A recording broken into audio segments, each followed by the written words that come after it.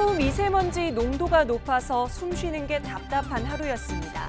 올해 들어서 단 한 차례도 본회의를 열지 못한 국회의 오늘 상황도 역시 답답했습니다. 뉴스나이트 주요 뉴스부터 전해드립니다. 북한 김혁철 특별대표가 하노이에 도착해 스티븐 비건 특별대표와 만나 본격적인 의제 협상에 돌입합니다. 트럼프 대통령은 북한의 비핵화를 바라지만 서두르지 않겠다고 밝혔습니다. 정부가 1,200여 개 공공기관 채용 과정을 조사한 결과 182건의 비리가 적발됐습니다. 정부는 비리 정도가 심각한 36건을 검찰에 수사 의뢰하고 나머지는 징계하기로 했습니다. 문재인 대통령이 광주 지역 원로를 초청한 자리에서 5.18 민주화 운동을 폄훼하는 일부 망언이 계속되고 있어 분노를 느낀다며 자신도 함께 맞서겠다고 말했습니다. 청와대에 이른바 환경부 블랙리스트가 보고됐다는 검찰 수사에 대해 자유한국당은 특검이 필요하다고 공격했고 청와대는 적법한 감독권 행사였다며 먹칠을 삼가라고 반박했습니다. 차량 제작 결함을 은폐했다는 의혹과 관련해 검찰이 현대기아차를 압수수색했습니다. 결함을 인지하고서도 제대로 된 조치를 미룬 것인지 조사하고 있습니다. 조현아 전 대한항공 부사장과 이혼 소송 중인 남편 박모 씨가 조 전 부사장을 폭행과 아동학대로 고소했습니다. 조 전 부사장은 알코올 중독자의 잘못된 기억이라며 맞고소를 검토하고 있습니다. 중국발 스모그가 유입되면서 전국 대부분 지역의 초미세먼지 농도가 평소의 5배 수준까지 높게 나타나고 있습니다. 초미세먼지는 모레까지 이어지겠습니다. 그룹 방탄소년단이 5월부터 2달 동안 북남미와 유럽, 일본 순회 공연에 나섭니다. 이번 월드 투어는 3만 명 이상 수용 가능한 공연장에서 스타디움 투어로 이루어집니다. 2차 북미 정상회담이 정확히 일주일 앞으로 다가왔습니다. 북미 간의 의제 협상도 본격화하고 있습니다. 북한 측 김혁철 특별대표가 하노이에 도착했고 스티븐 비건 특별대표도 하노이로 향하고 있습니다. 네, 현재 나가 있는 YTN 특파원 연결합니다. 한현희 기자. 네, 노이바이 국제공항입니다. 네, 김혁철 대표는 하노이에 도착했다고요? 네, 우리 시간으로 8시 반쯤 이곳 노이바이 국제공항에 도착했습니다. 애초 지금 제 뒤로 보이는 VIP 출구를 이용할 것으로 예상됐는데요. 하지만 취재진을 따돌리기 위해서인지 이곳 VIP 출구가 아닌 일반 출구를 이용해서 공항 밖으로 빠져나갔습니다. 그 모습을 저희 YTN 취재진이 포착했습니다. 정장 차림으로 차량에 올라타는 김혁철 대표의 모습이 보입니다. 앞으로의 계획 등을 묻는 취재진의 질문에 아무런 답도 하지 않았습니다. 다른 쪽 문으로 걸어가는 여성은 김성애 통일전선 부장이고요. 역시 묵묵부답이었습니다. 검은 벤츠 차량에 올라탄 두 사람과 이들을 따르는 승합차는 곧바로 숙소인 영빈관으로 향해서 우리 시간으로 9시쯤 영빈관에 도착했는데요. 숙소 도착 이후에는 별다른 움직임이 포착되지 않고 있습니다. 지금까지 현장을 둘러보고 의전을 조율한 김창선 부장 등과 점검회의를 하면서 의제 협상 전략을 사전 조율하는 것으로 보이는데요. 김혁철 대표가 하노이에 도착한 만큼 의제 협상이 본격화할 것으로 보입니다. 네, 김혁철 대표의 협상 파트너죠. 비건 대표는 언제 도착합니까? 네, 아직 정확한 도착 일정이 확인되지 않고 있습니다. 미 국무부는 비건 대표가 지금 하노이로 향하고 있다, 이렇게만 밝혔는데요. 오늘 밤이나 내일 새벽쯤 도착할 것이란 관측이 나오고 있습니다.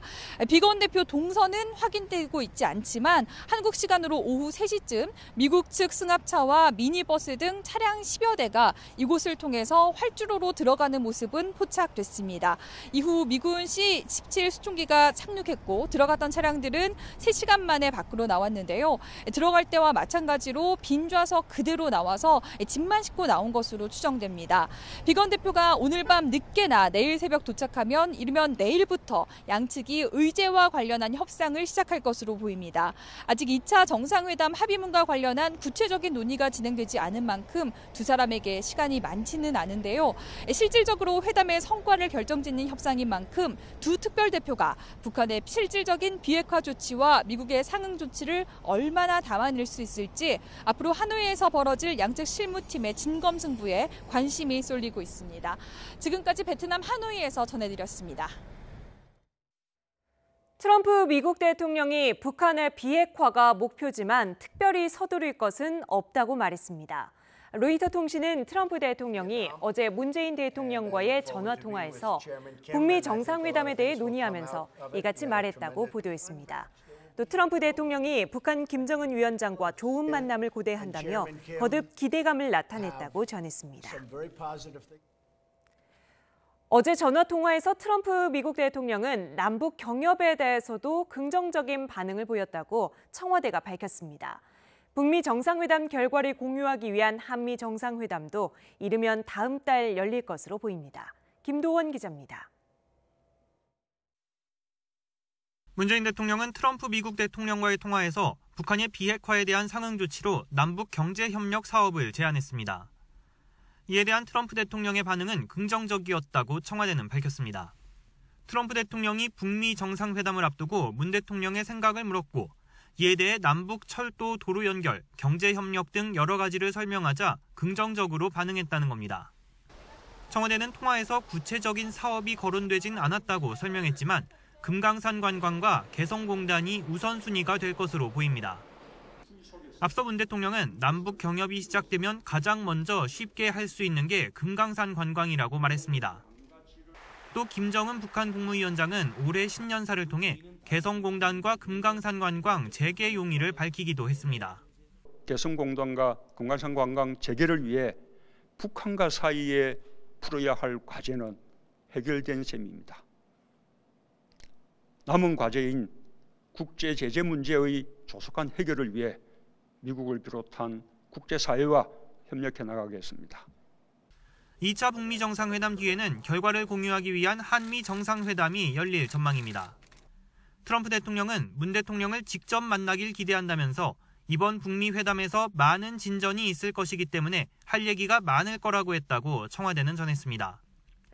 회담 시기와 장소에 대해서도 두 정상 간 의견 교환이 있었지만 좀 더 무르익으면 공개하겠다는 설명입니다. 김 위원장과의 논의 내용을 신속히 공유해야 할 필요성을 생각하면 이르면 다음 달 안에 회담이 열릴 수도 있을 것으로 예상됩니다. 북미 정상회담의 성과에 따라서 한미 정상회담, 김정은 위원장의 서울 답방 등 비핵화와 평화체제 구축을 진전시키기 위한 정상 외교가 숨가쁘게 이어질 것으로 보입니다. YTN 김도원입니다. 좋은 일자리인데 워낙 들어가기 힘들어서 공공기관은 이른바 신의 직장이라고도 불리죠. 채용 과정에 문제가 없는지 정부가 조사해봤더니 182건의 채용 비리가 적발됐습니다. 응시 자격조차 없는 사람을 직원의 친인척이라고 합격시키거나 고위직 자녀를 계약직으로 채용한 뒤 무시험으로 정규직으로 전환하는 등 방법도 다양했는데요. 정부는 이런 부정합격자 때문에 피해를 본 사람의 구제 방안도 마련하기로 했습니다. 추은호 기자의 보도입니다. 경북대병원은 의료 관련 자격증이 없어 응시 자격이 없는데도 직원의 자녀, 조카, 자매라는 이유로 최종 합격시켰습니다. 공영 홈쇼핑은 고위직 자녀 등 6명을 먼저 단기 계약직으로 채용한 뒤 정규직으로 슬며시 전환시켰습니다. 서울대병원은 전환 대상이 아닌 비정규직 3명을 무기계약직으로 전환시켰습니다. 반면 전쟁기념사업회는 최종 추천된 면접 대상자를 나이가 어리다는 이유로 탈락시켰다 적발됐습니다.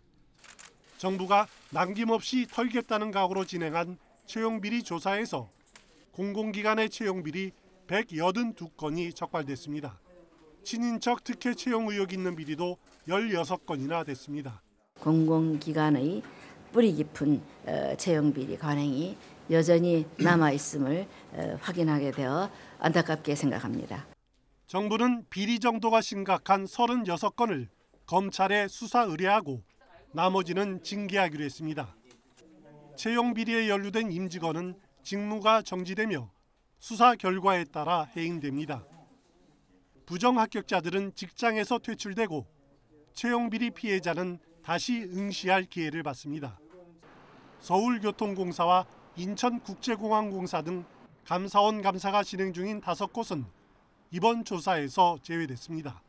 정부는 친인척 채용 인원을 의무적으로 공개하고 가족 채용 특혜를 막는 이해충돌 방지법의 제정도 추진하기로 했습니다. YTN 추은호입니다. 청와대가 환경부 산하기관 임원들의 사퇴 현황을 보고받은 정황이 확인됐습니다.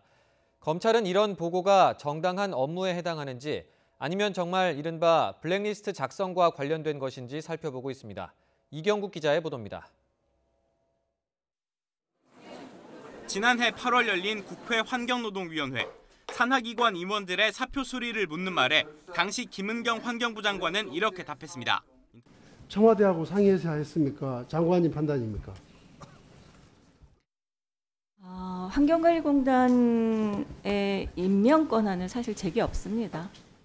환경부가 인사 문제를 청와대와 협의했음을 확인할 수 있는 대목입니다. 검찰도 환경부와 청와대 인사수석실이 임원 사퇴 현황 문건을 주고받았다는 진술 등을 확보했습니다. 환경부 관계자들은 검찰 조사에서 인사수석실의 지시를 받았다고 말한 것으로 알려졌습니다. 이에 따라 검찰은 인사수석실이 정상 업무 범위를 넘어 부당 개입한 것은 아닌지 확인하고 있는 것으로 전해졌습니다. 하지만 검찰 관계자는 예민한 사안인 만큼 구체적인 조사 내용을 확인해 줄 수 없다며 말을 아꼈습니다. 이른바 블랙리스트 작성에 깊이 관여한 것으로 추정되는 김 전 장관은 이미 출국 금지됐고 검찰의 추가 소환을 앞두고 있습니다. 수사 결과에 따라 블랙리스트 의혹은 또 다른 국면에 접어들 것으로 보입니다. YTN 이경국입니다. 청와대는 야당과 언론이 이 사건을 이른바 환경부 블랙리스트라고 표현하는 건 적절치 않다며 정부의 인사정책에 먹칠을 삼가달라고 밝혔습니다.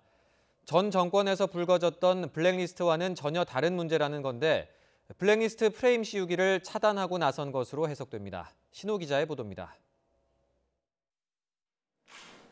문재인 정부의 인사정책에 언론이 블랙리스트 딱지를 갖다 붙이고 있다면서 먹칠을 삼가달라고 청와대가 밝혔습니다. 먼저 지난 정부의 블랙리스트와 이번 환경부의 산하기관 인사는 전혀 다르다고 강조했습니다. 제시한 기준은 3가지입니다. 지난 정부 블랙리스트의 대상은 민간인이었고 이번 환경부 건은 공공기관, 기관장 등이었다는 점. 이명박, 박근혜 정부 때 블랙리스트 규모는 2만 1,000여 명에 달했지만 환경부 산하기관 임원은 임기 만료 전 퇴직이 5건에 불과했다는 점. 또 박근혜 정부 때는 청와대 정무수석실이 블랙리스트를 작성했지만 문재인 정부에서는 그런 일이 없었다는 점입니다. 청와대는 앞서 김태우 전 특감반원 폭로로 민간인 사찰 표현이 논란이 됐을 때처럼 이번에도 법원이 내린 블랙리스트 개념을 덧붙였습니다. 법원은 지원을 배제하기 위해서 계획을 세우고 정부 조직을 동원해 치밀하게 실행에 옮기는 것을 블랙리스트로 규정했는데 환경부 감사건은 어디에도 해당하지 않는다는 겁니다.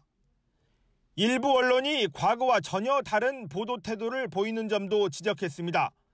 2008년 이명박 정부 초기 언론 사설을 제시하며 보수 정권이 들어섰을 때는 전 정권 인사들이 마땅히 물러나야 한다고 써놓고 지금은 반대로 임기 보장만 강조하고 있다는 얘기입니다. 청와대의 블랙리스트 프레임 바로잡기는 검찰이 김은경 전 환경부 장관을 출국 금지하는 등 수사의 속도를 내는 가운데 이루어졌습니다. 청와대는 환경부 장관이 산하기관에 대해 감사를 벌이도록 한 것도 적법한 감독권이라면서 수사 결과를 지켜보자고 했습니다. 환경부의 산하기관 감사에 인사수석실이 개입했다는 의혹에 대해서는 장관의 임명권 행사가 적절하게 이루어지고 있는지를 감독하는 것은 청와대 인사수석실의 정상적인 업무라고 강조했습니다. YTN 신호입니다.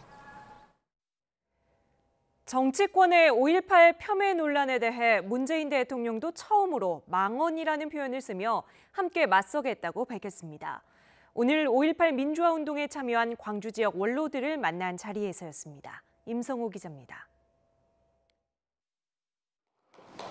문 대통령이 5.18 광주 민주화 운동에 참여했던 광주 지역 원로 14명을 청와대로 초청했습니다.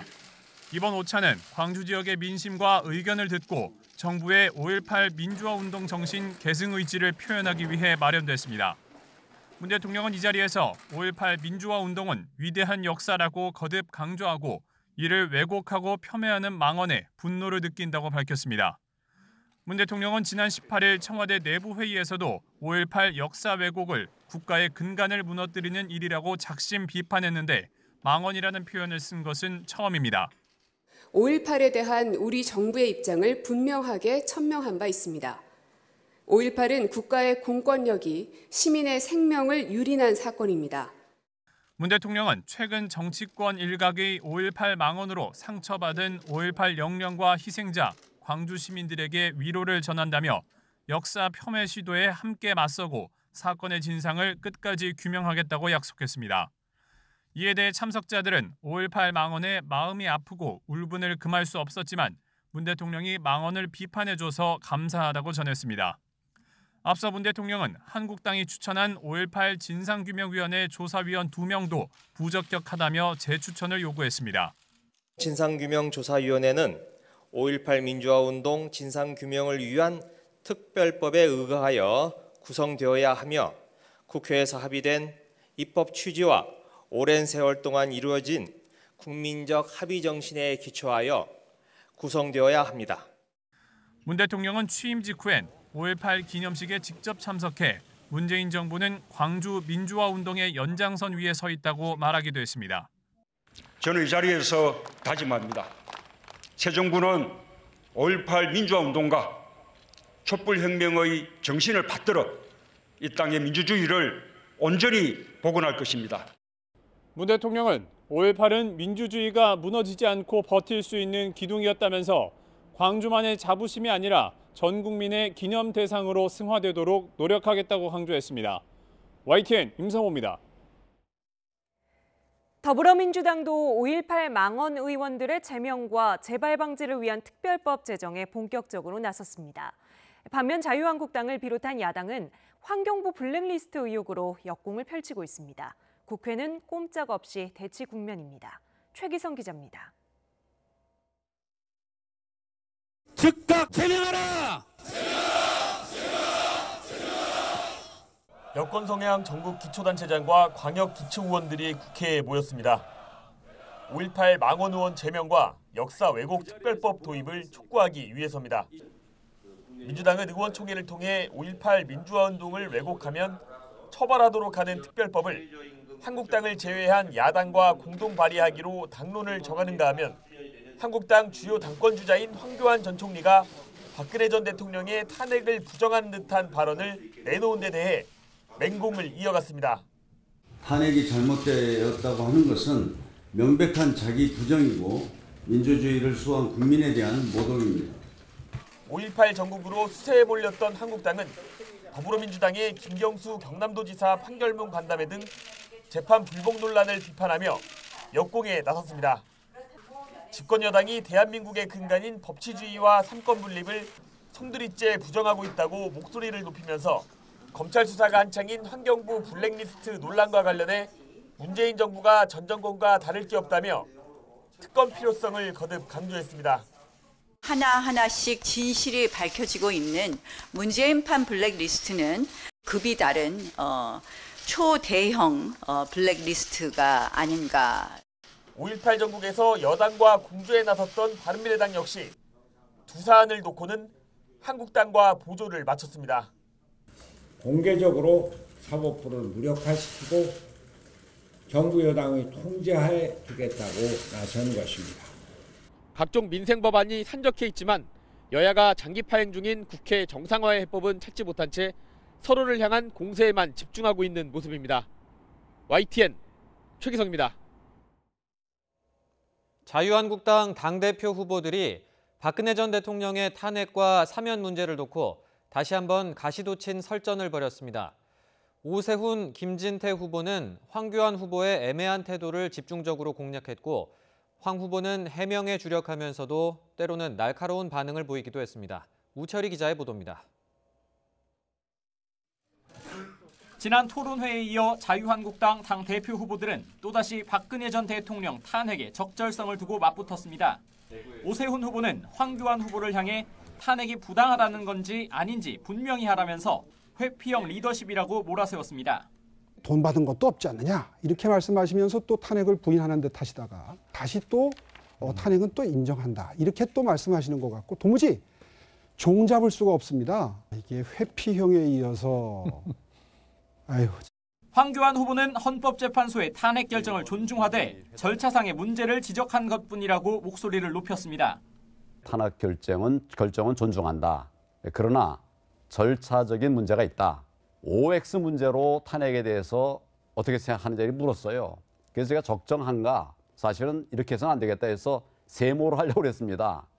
태극기 부대의 지지를 받는 김진태 후보도 황교안 후보의 말이 계속 바뀌고 있다고 날을 세웠습니다.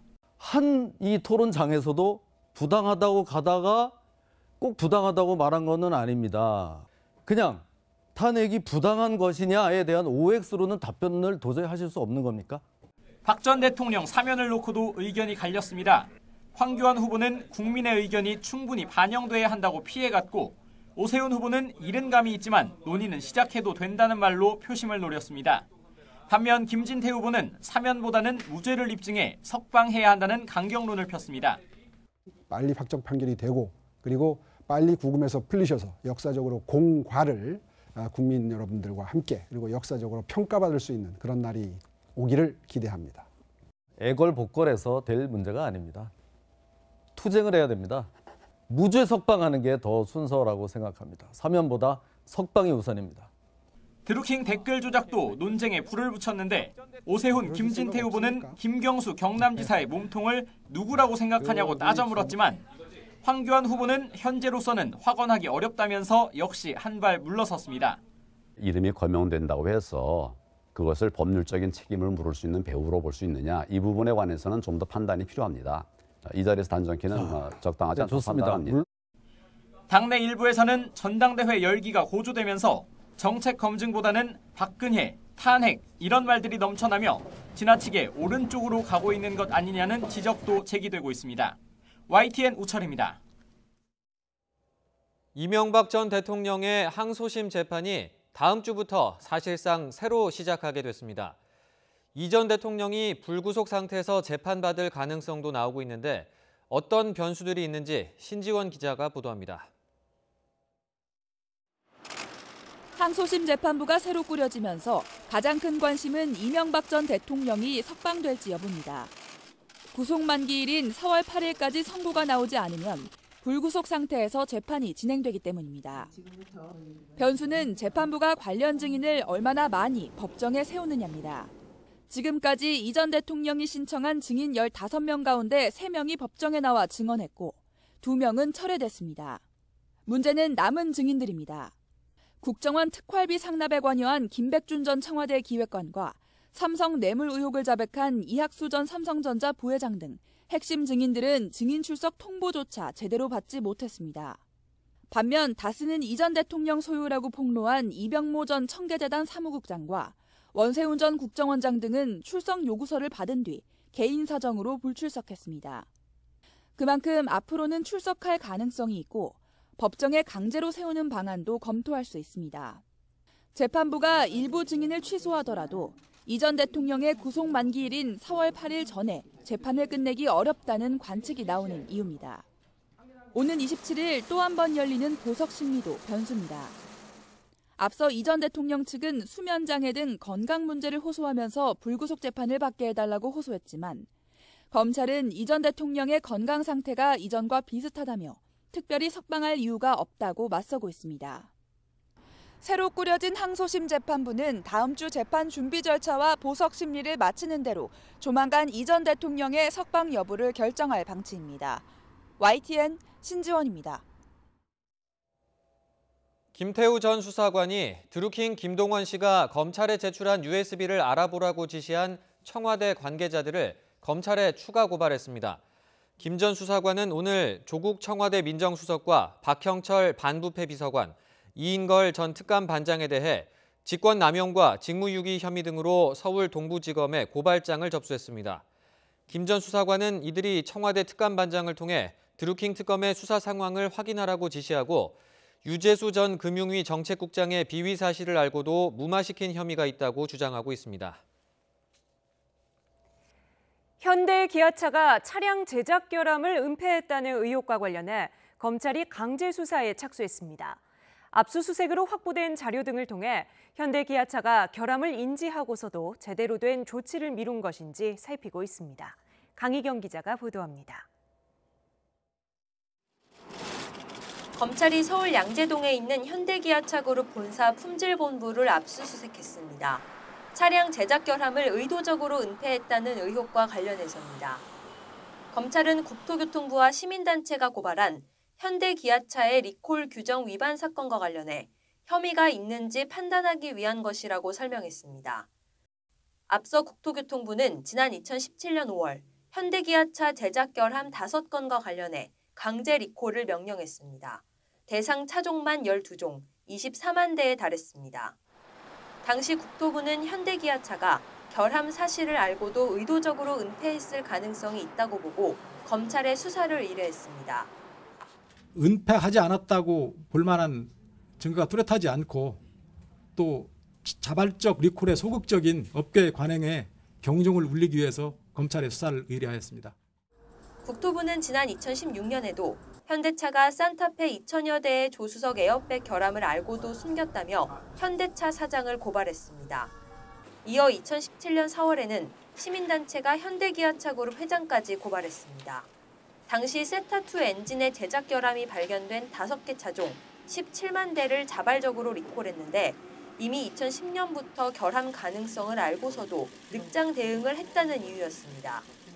아무런 대책 없이 결함 사실을 적극적으로 부인했고 최근 국토부가 조사 결과가 임박하자 갑자기 리콜 계획서를 제출하기에 이르렀다.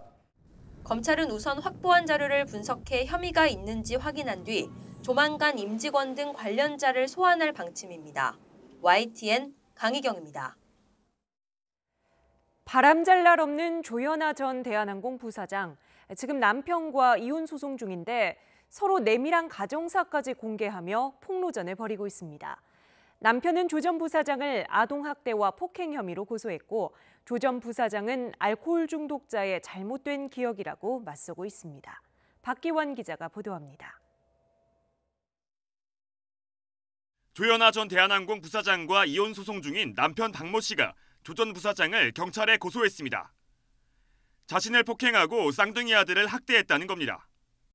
아동복지법 위반 등 혐의로 총 5가지 정도가 해서 고소가 됐거든요. 검증 검토나 이런 것들은 이제 수사를 진행하면서 일단 확인을 해봐야 된다는 정도. 박 씨는 조 전 부사장에 대해 아이들이 밥을 빨리 먹지 않는다며 수저를 집어 던지거나 폭언을 일삼았다고 주장했습니다. 지난 2014년 땅콩 회항 사건 이후 자신에 대한 폭행도 잦아졌다고 설명했습니다. 돈 문제도 거론됐습니다.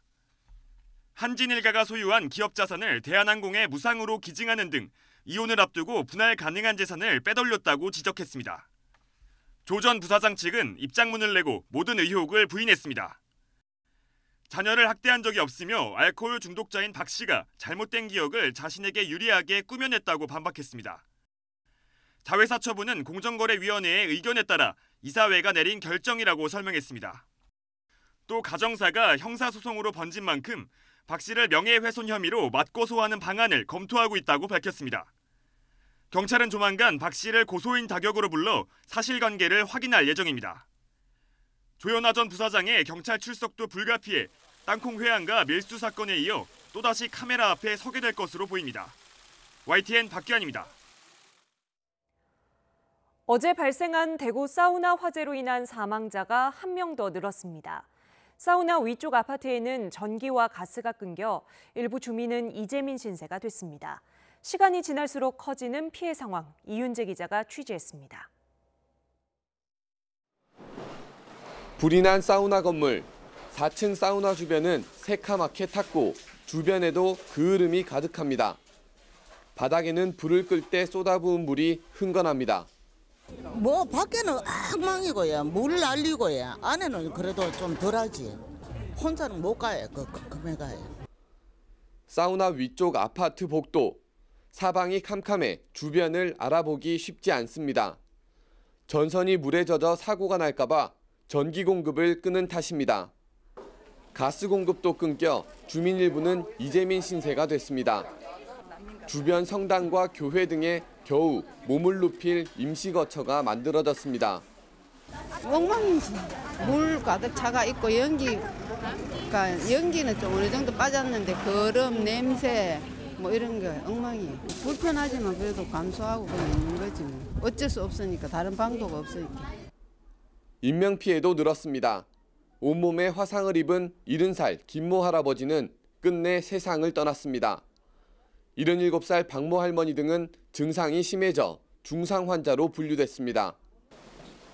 경찰은 두 번째 정밀 감식을 통해 사우나 입구 구두방에서 불이 시작된 흔적을 찾았습니다.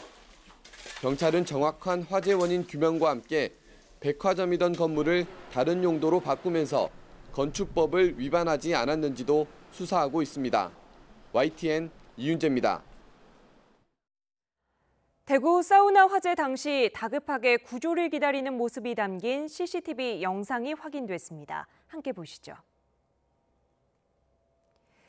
지금 보시는 영상은 불이 난 4층 사우나 바깥쪽에 있는 옥상에 설치된 CCTV에 찍힌 겁니다.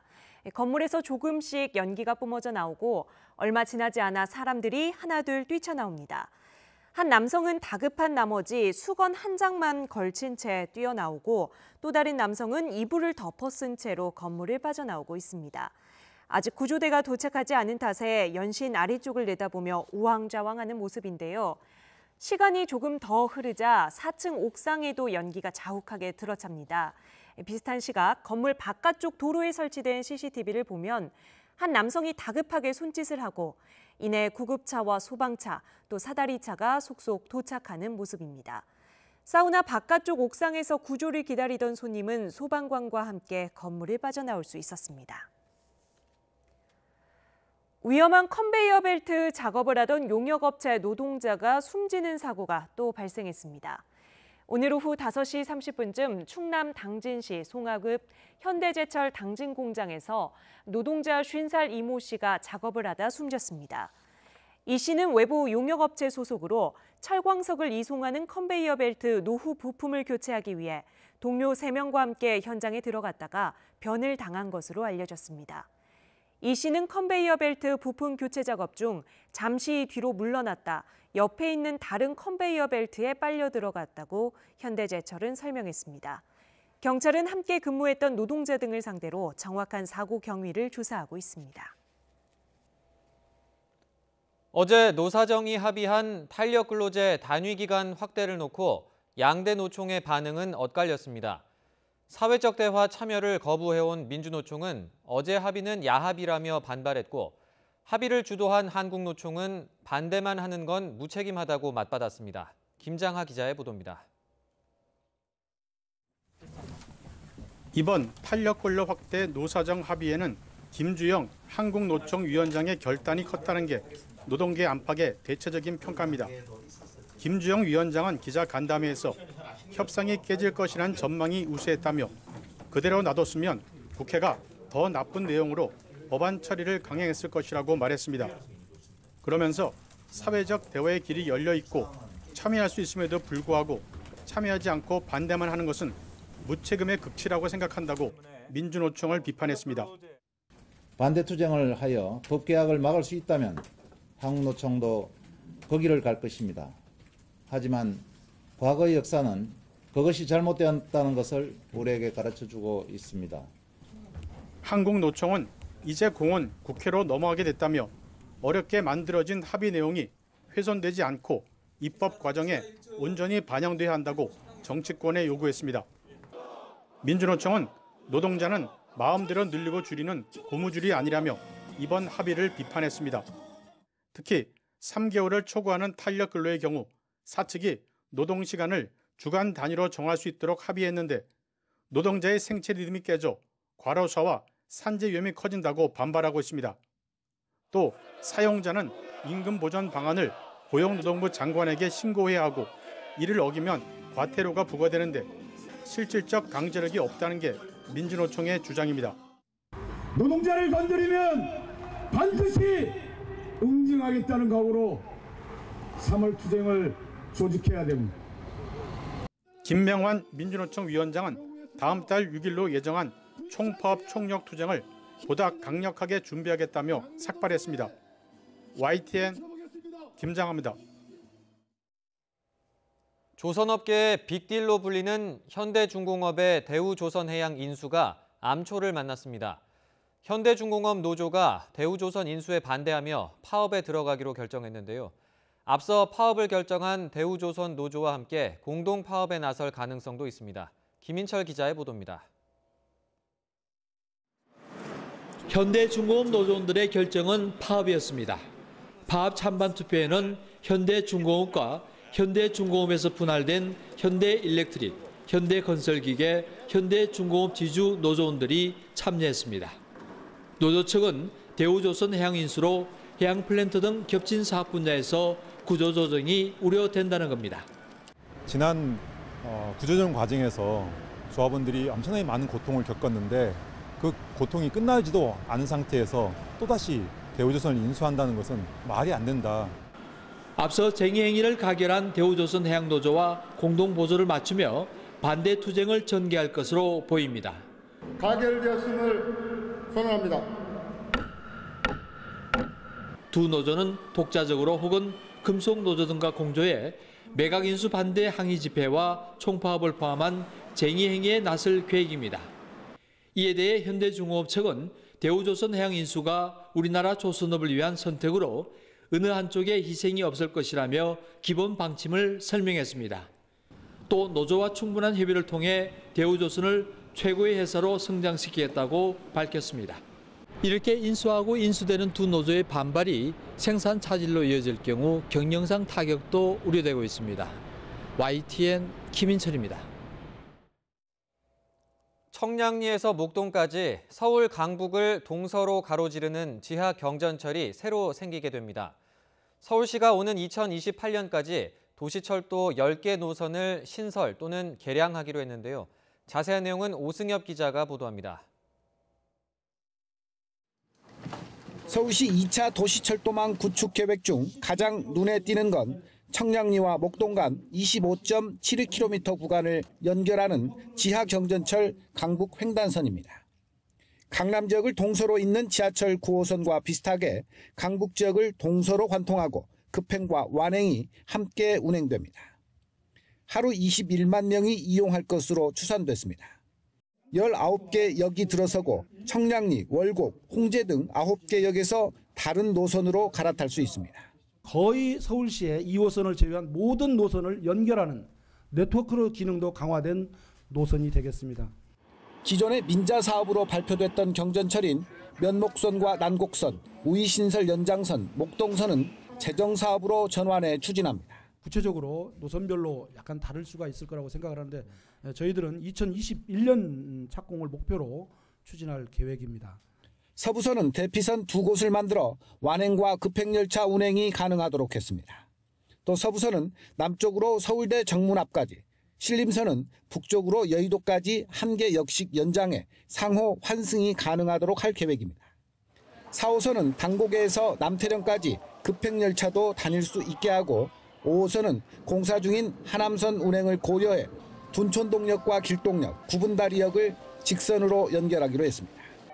이 밖에 9호선 4단계 추가 연장 노선은 오는 2021년까지 광역철도로 지정될 경우 사업을 추진할 방침입니다.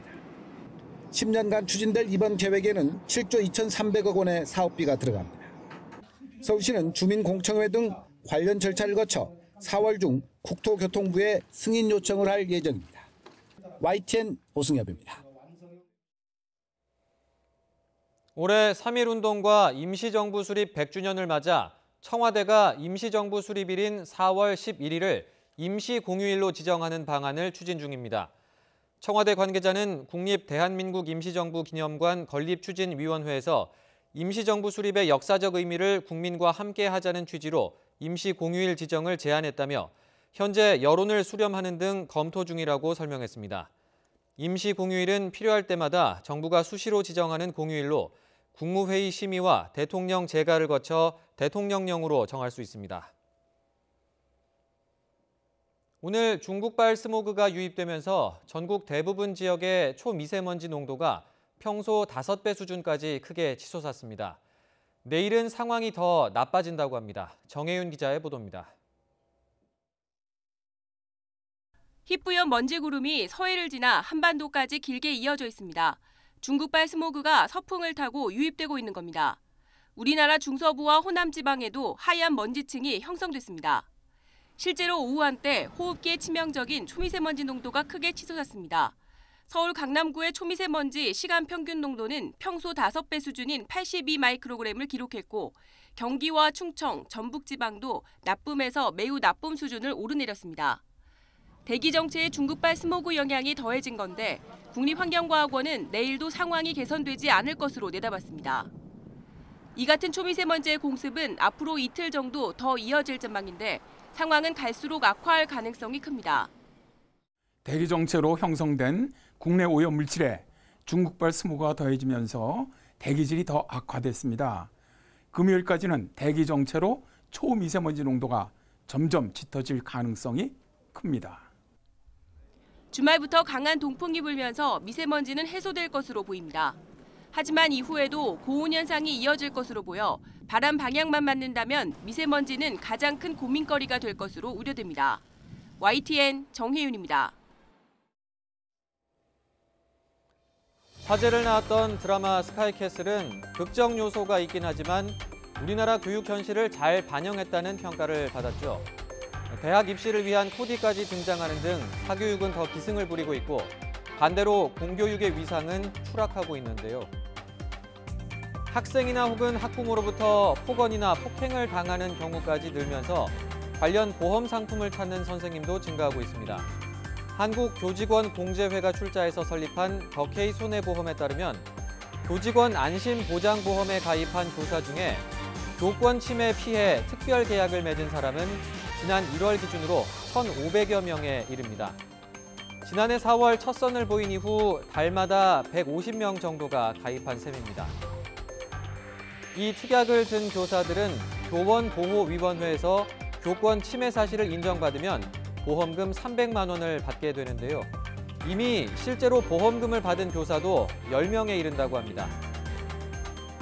구체적인 사례를 몇 개 좀 보면 반 학생들이 단체 채팅방에서 자신에 대해 지속적으로 욕설을 한 사실을 알게 돼서 정신적인 충격을 받은 교사가 있었고요. 그리고 또 다른 교사는 학생들의 싸움을 말리다 몸을 다치고 또 싸움을 말렸다며 화가 난 학생으로부터 비하 발언을 들어서 마음도 다쳤습니다. 이 두 사례 모두 교권보호위원회에서 교권 침해 피해가 인정돼 보험금이 지급됐습니다. 보험금 받는다고 모든 문제가 해결되는 건 아니지만 오죽하면 선생님들이 보험에 들까 이런 생각도 듭니다. 스승의 그림자도 밟지 않는다던 얘기는 너무 호랑이 담배 피우던 시절의 얘기 같은 게 된 걸까요? 여기 이 마음 든든한 학교 생활을 위해 이런 보험 안내 문구가 마냥 터무니없게만 느껴지지 않아서 더 씁쓸한 현실입니다. 자, 불을 밝히는 순간에 달이 나오고 있습니다. 가슴속으로 소원 한번 빌어주세요. 만복이에요.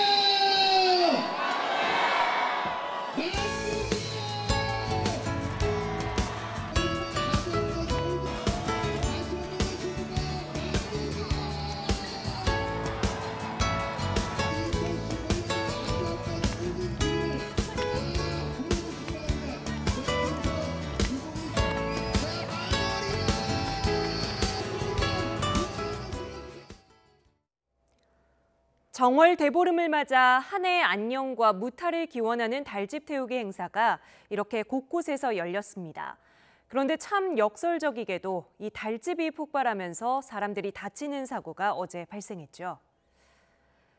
사고는 어제 오후 6시쯤 부산 송정해수욕장에서 열린 달집 태우기 행사에서 일어났습니다. 경찰은 달집에 뿌려둔 휘발유에서 생긴 기름 증기가 불을 붙이는 순간 한꺼번에 터지면서 큰 화염이 생긴 것으로 추정하고 주최 측의 과실을 조사하고 있습니다. 어제 폭발 사고로 참가자 2명이 얼굴에 2도 화상을 입고 1명은 놀라 넘어지면서 다치기도 했는데 경찰은 추가 피해가 있었는지 확인하고 있습니다. 역주행하던 차량이 지나가던 사람을 그대로 치고 도망갔습니다. 사고 2주 만에 30대 운전자가 붙잡혔는데 알고 보니 과거 음주운전으로 징역형을 받고 집행유예 기간에 벌인 뺑소니 사고였습니다. 김우준 기자가 보도합니다. 흰색 자동차가 좁은 골목도로에 서 있습니다. 일방 통행길에 잘못 진입했지만 비켜날 생각을 하지 않습니다. 잠시 뒤 비상등을 켜고 후진을 하더니 길가에 서 있는 남성을 그대로 들이받습니다. 쫓아가서 항의하는 남성. 차량은 잠시 멈추는 듯 하더니 속도를 내고 후진합니다. 승강이를 벌이던 남성이 쓰러지자 그대로 밟고 지나갑니다. 운전자 30살 김모 씨는 사고 이후 일방통행도로를 후진으로 빠져나온 뒤 뺑소니 쳤습니다. 이 사고로 김 씨 차량에 깔린 28살 김모 씨는 갈비뼈 2대가 부러졌습니다. 경찰은 CCTV 분석과 휴대전화 위치 추적 끝에 김 씨를 2주 만에 붙잡아 구속했습니다. 알고 보니 김 씨는 무면허 음주운전으로 징역형을 선고받아 집행유예 기간 중이었습니다. 가중처벌이 두려워 사고를 내고도 달아난 겁니다. 피의자는 2017년 11월에 무면허 음주운전으로 집행유예 2년을 선고받고 현재 집행유예 중이어서 가중처벌이 두려워 사고 후에 그대로 도주를 하였다고 진술하였습니다. 경찰은 김 씨를 특정범죄 가중처벌법 위반 혐의로 검찰에 넘겼습니다. YTN 김우준입니다.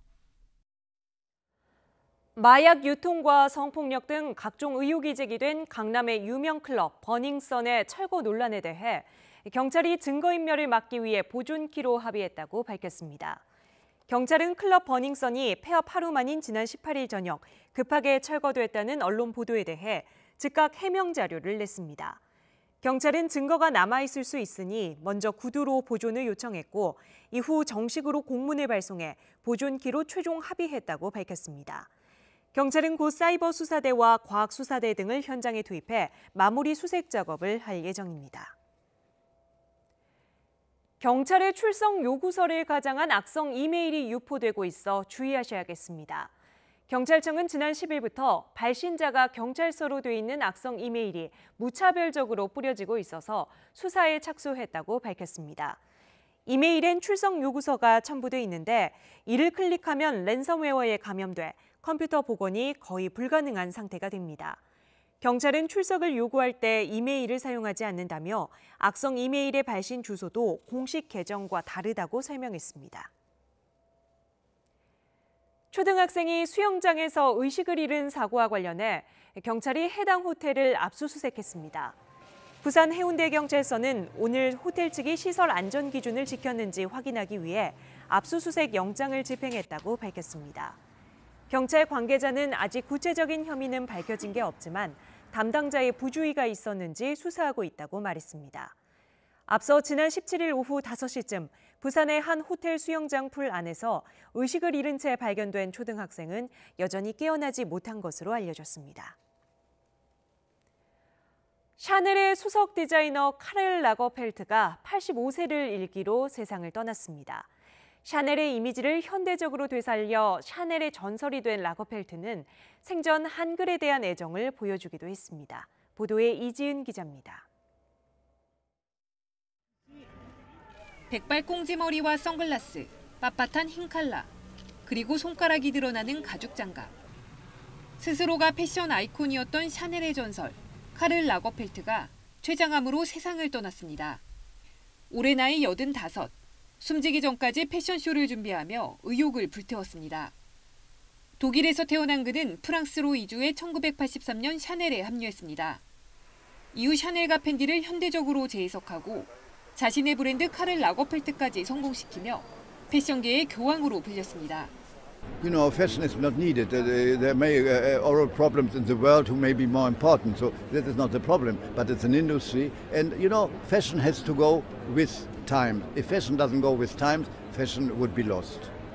작가들이 찍은 사진이 마음에 들지 않는다며 직접 사진 작가로 활동하기도 했습니다. 지드래곤과의 친분 등 우리나라와의 인연도 각별합니다. 한글에도 큰 애정을 보이며 2015년 서울에서 열린 샤넬 패션쇼에서 한글과 한복을 재해석한 옷을 선보였습니다. 지난해 김정숙 여사가 프랑스 순방 때 입어 화제를 모았던 한글 재킷도 라거펠트의 작품이었습니다. 패션계 전설의 별세 소식에 세계 곳곳에서는 추모 물결이 이어지고 있습니다. Écoutez, Karl Lagerfeld, c'était la création, c'était la liberté, où on réinventait un petit peu, on s'inspirait. Et là, on est en train de perdre des gens qui étaient à l'origine des inspirations. 이런 가운데 자녀가 없는 라거펠트의 유산이 애완고양이 슈페트에게 얼마나 갈 것인지에도 외신들은 관심을 쏟고 있습니다. YTN 이준입니다. 아베 내각을 비판하는 일본 여성들에게 주문하지도 않은 속옷이 배달되는 이상한 일이 잇따르고 있습니다. 판매 회사에 확인해 봤더니 속옷을 주문한 정체불명의 엽서 대부분이 아베 총리의 지역구인 야마구치현에서 발송됐습니다. 도쿄 황보현 특파원의 보도입니다.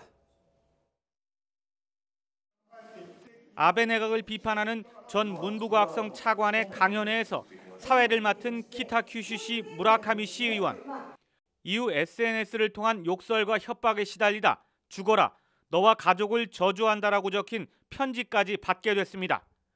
그리고 얼마 후 주문도 안 한 여성용 속옷들이 무더기로 배달됐습니다. 戸惑いと、あとは誰がやっているのかわからないというところの恐怖を感じました。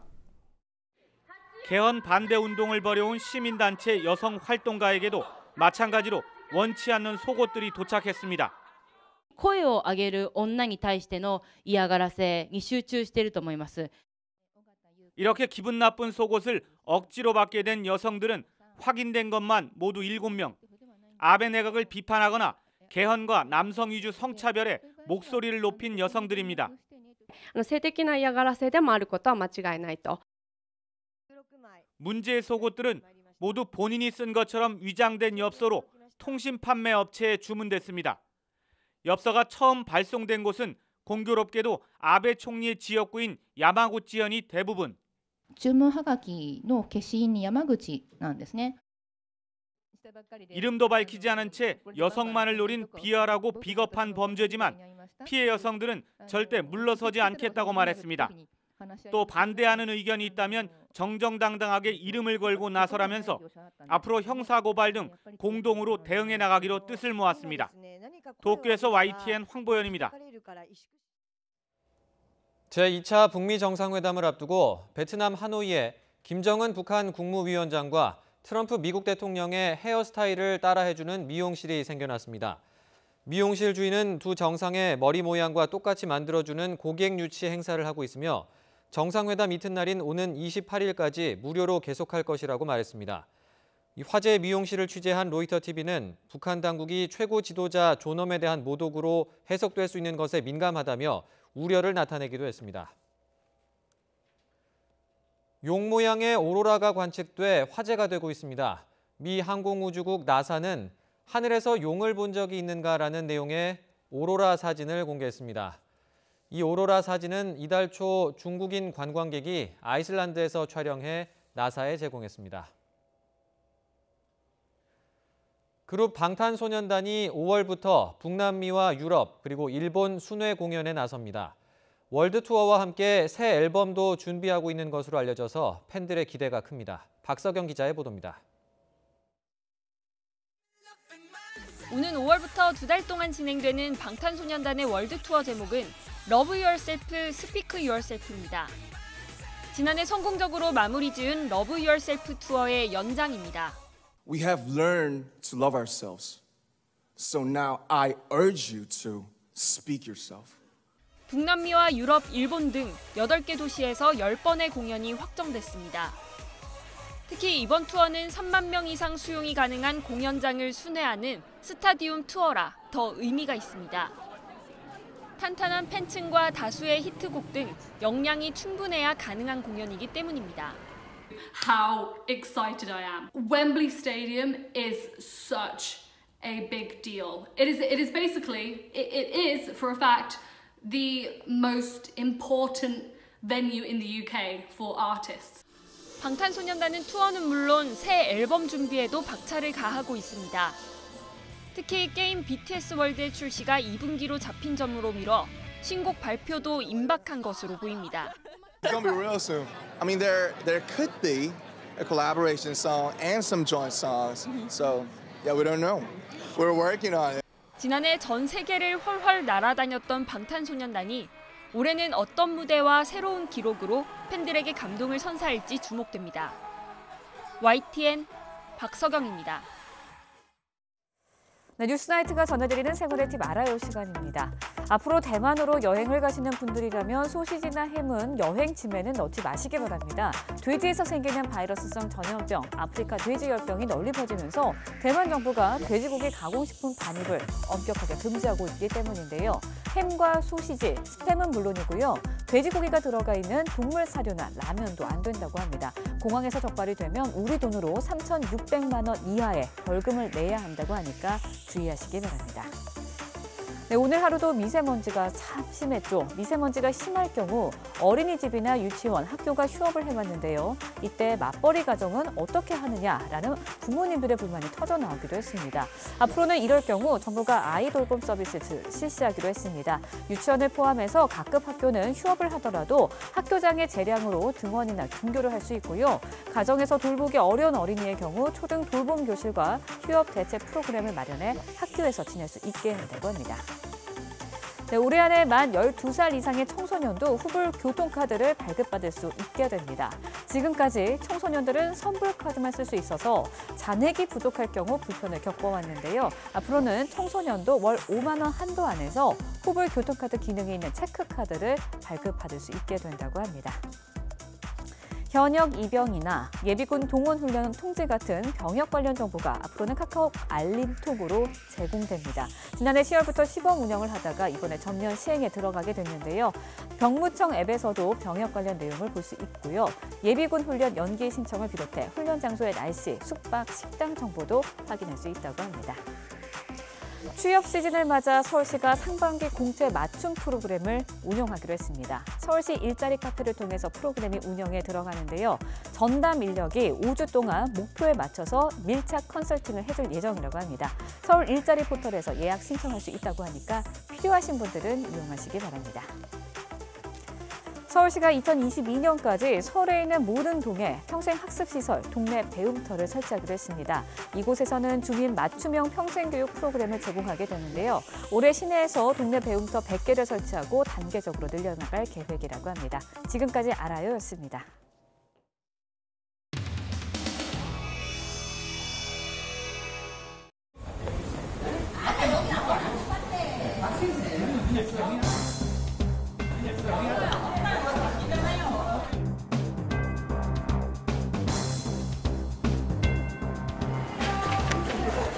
앞에 나와요.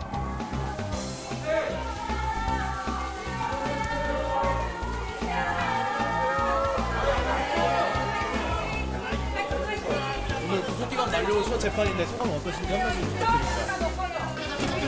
드릴 말씀이 없습니다. 석방 후에 앞으로 재판 일정에 대해서도 많이 변호인단과 논의하실 것 같은데 앞으로 아무 소리 하지 마세요. 아무 소리 하지 마세요. 기레기들. 재판받으러 나온 입장이기 때문에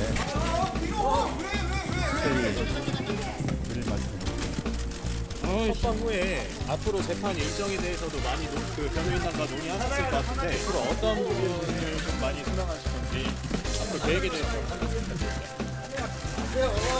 진짜 너 사진 어떻게 내 똑바로 볼 거야. 제대로 찍어. 선택하는 절차에 따라서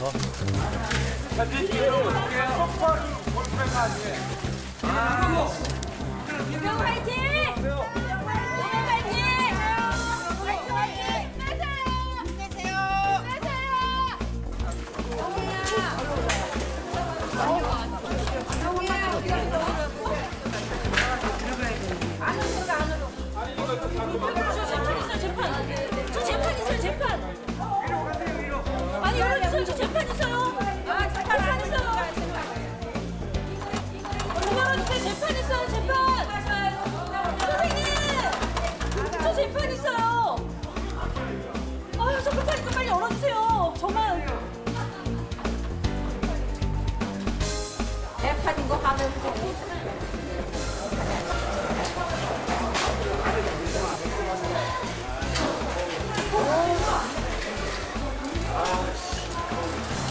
아씨.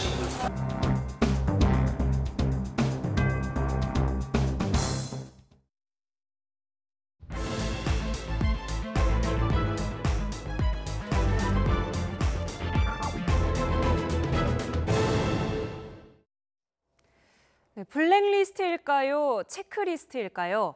지난 연말 김태우 전 수사관이 처음 꺼내든 이른바 환경부 블랙리스트 논란. 검찰 수사가 진행되면서 불이 붙고 있습니다. 이 문건이 청와대 인사수석실에 보고됐다는 정황이 포착됐다. 이런 이야기가 나오면서 청와대도 적극적인 해명 태세로 전환했는데요. 나이트 포커스 두 분 전문가와 이야기 나눠봅니다. 양지열 변호사, 김병민 경희대 겸임교수 오셨습니다. 안녕하세요. 네, 안녕하세요. 네, 오늘 청와대 김의겸 대변인은 블랙리스트라는 먹칠을 삼가해달라 이렇게 이야기를 했습니다.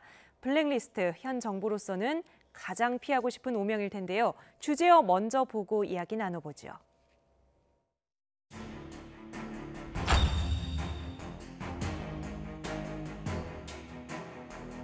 (2018년 1월) 환경부에서 청와대에 보고한 문건입니다. 환경부 산하기관 임원들의 사퇴 등 관련 동향, 어떠한 형태로 지금 반발하고 있는지도 기재가 되어 있습니다.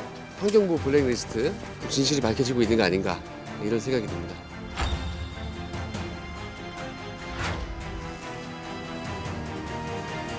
지금 하나하나씩 진실이 밝혀지고 있는 문재인판 블랙리스트는 그 급이 다른 초대형 블랙리스트가 아닌가 싶습니다. 환경부 문건은 블랙리스트가 아니라 합법적인 체크리스트라고 합니다. 문제될 것이 전혀 없는 적법관 인사와 관련된 감독권 행사입니다.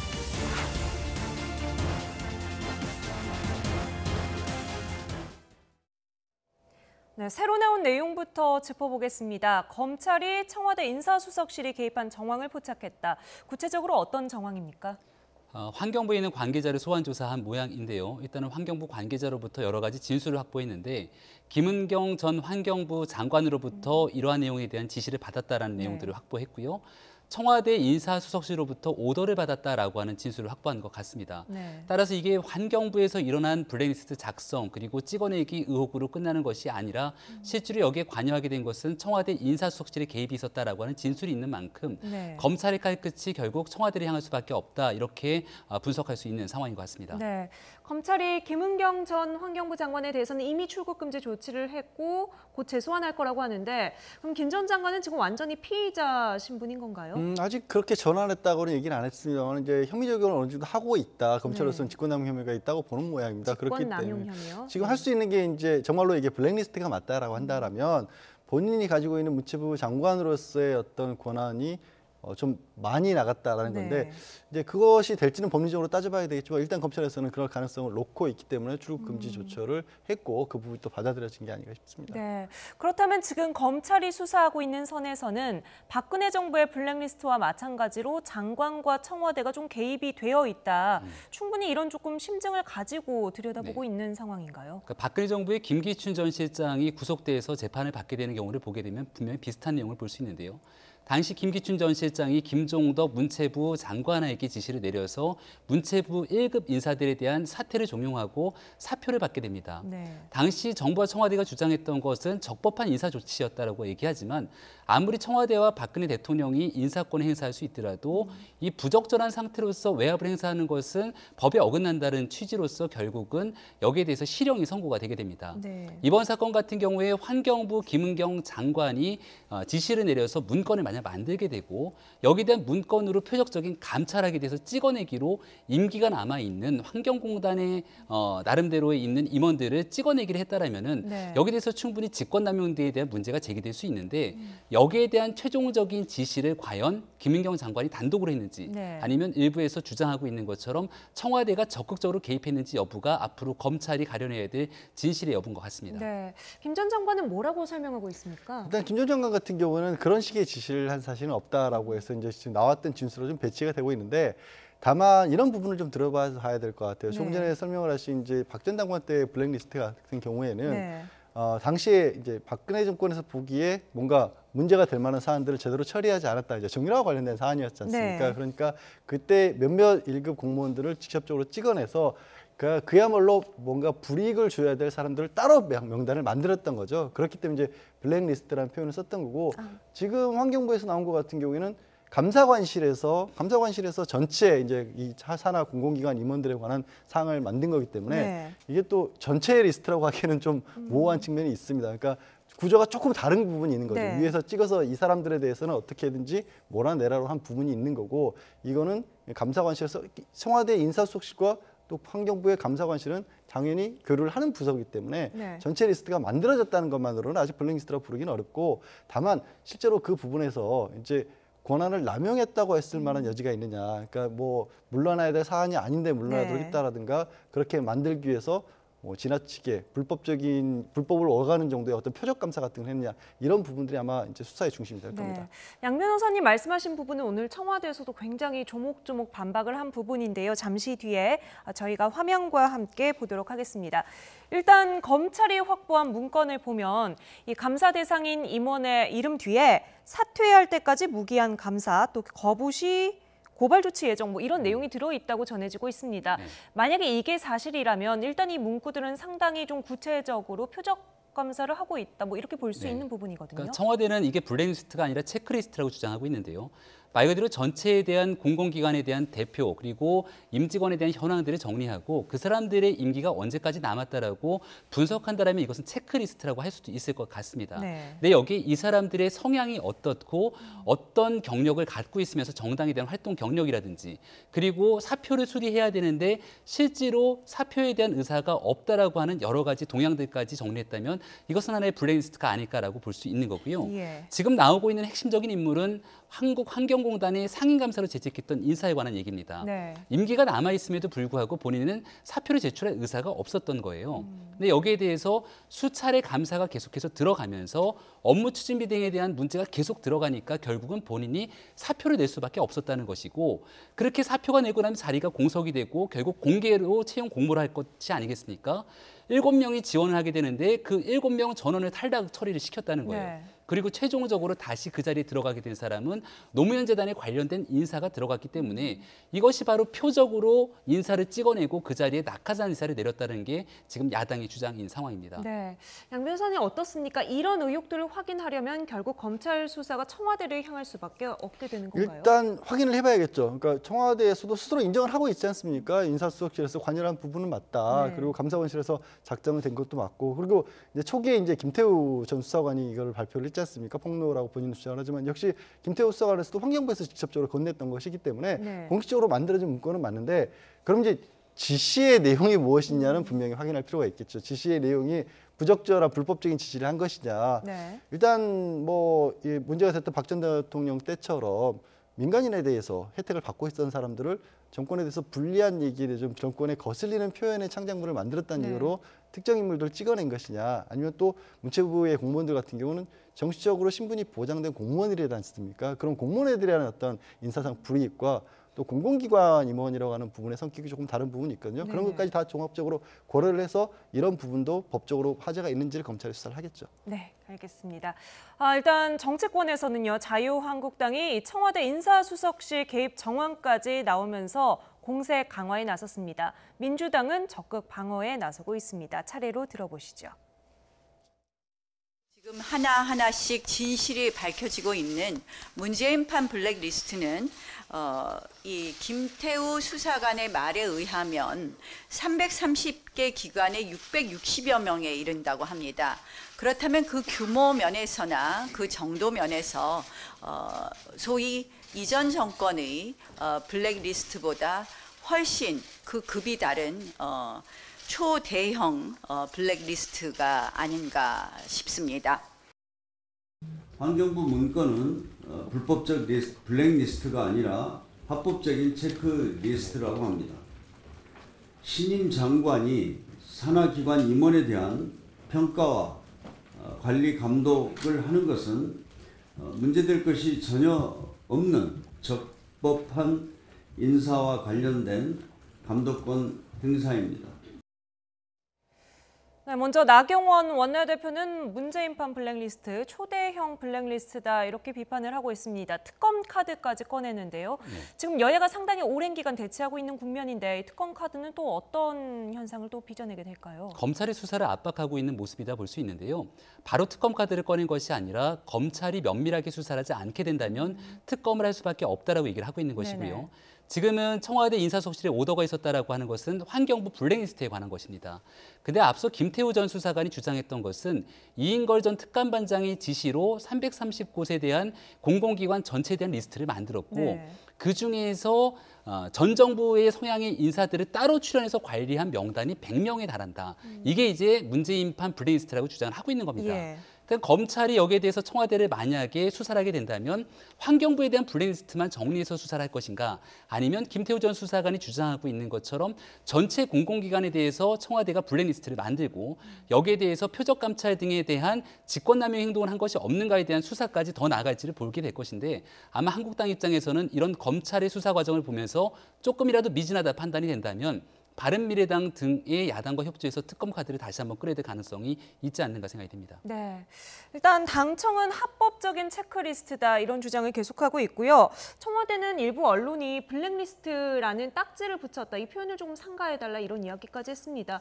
앞서 말하신 것처럼 박근혜 정부에서 만들어진 블랙리스트랑 이거를 좀 비교하면 어떻게 다릅니까? 일단 박근혜 정부에서 만들어진 블랙리스트는 말씀드린 것처럼 문제가 될 만한 그 사람들의 입장에서 봤을 때 문제 인물들을 별도로 출연해서 그 사람들의 리스트를 만든 거고 네.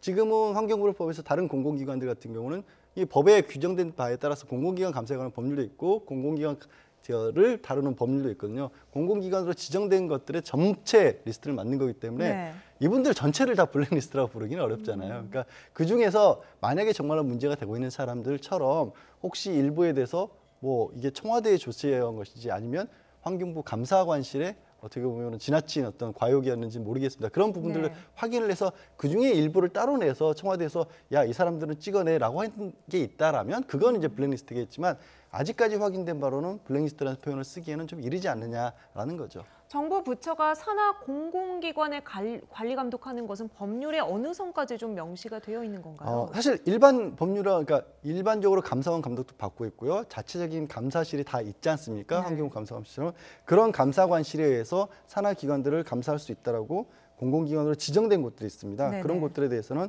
이 공공감사에 관한 법률 적용을 받는다라고 명시되어 있습니다. 네. 다만 이제 보기에 과연 이런 부분까지 감사의 범위에 들어가느냐라는 부분에 대해서는 조금 이제 드러난 리스트에 아까 이제 지적하신 것처럼 왜 이 사람에 대해서는 이렇게까지 사표를 종용을 했었을까? 그게 과연 정당할까? 이런 부분에 대한 논란이 있는데 결국 그거를 따지는 거는 이분의 신분 내지는 이분은 그러면 임명이 됐었을 때 어떤 과정에서 임명이 됐을 것이냐.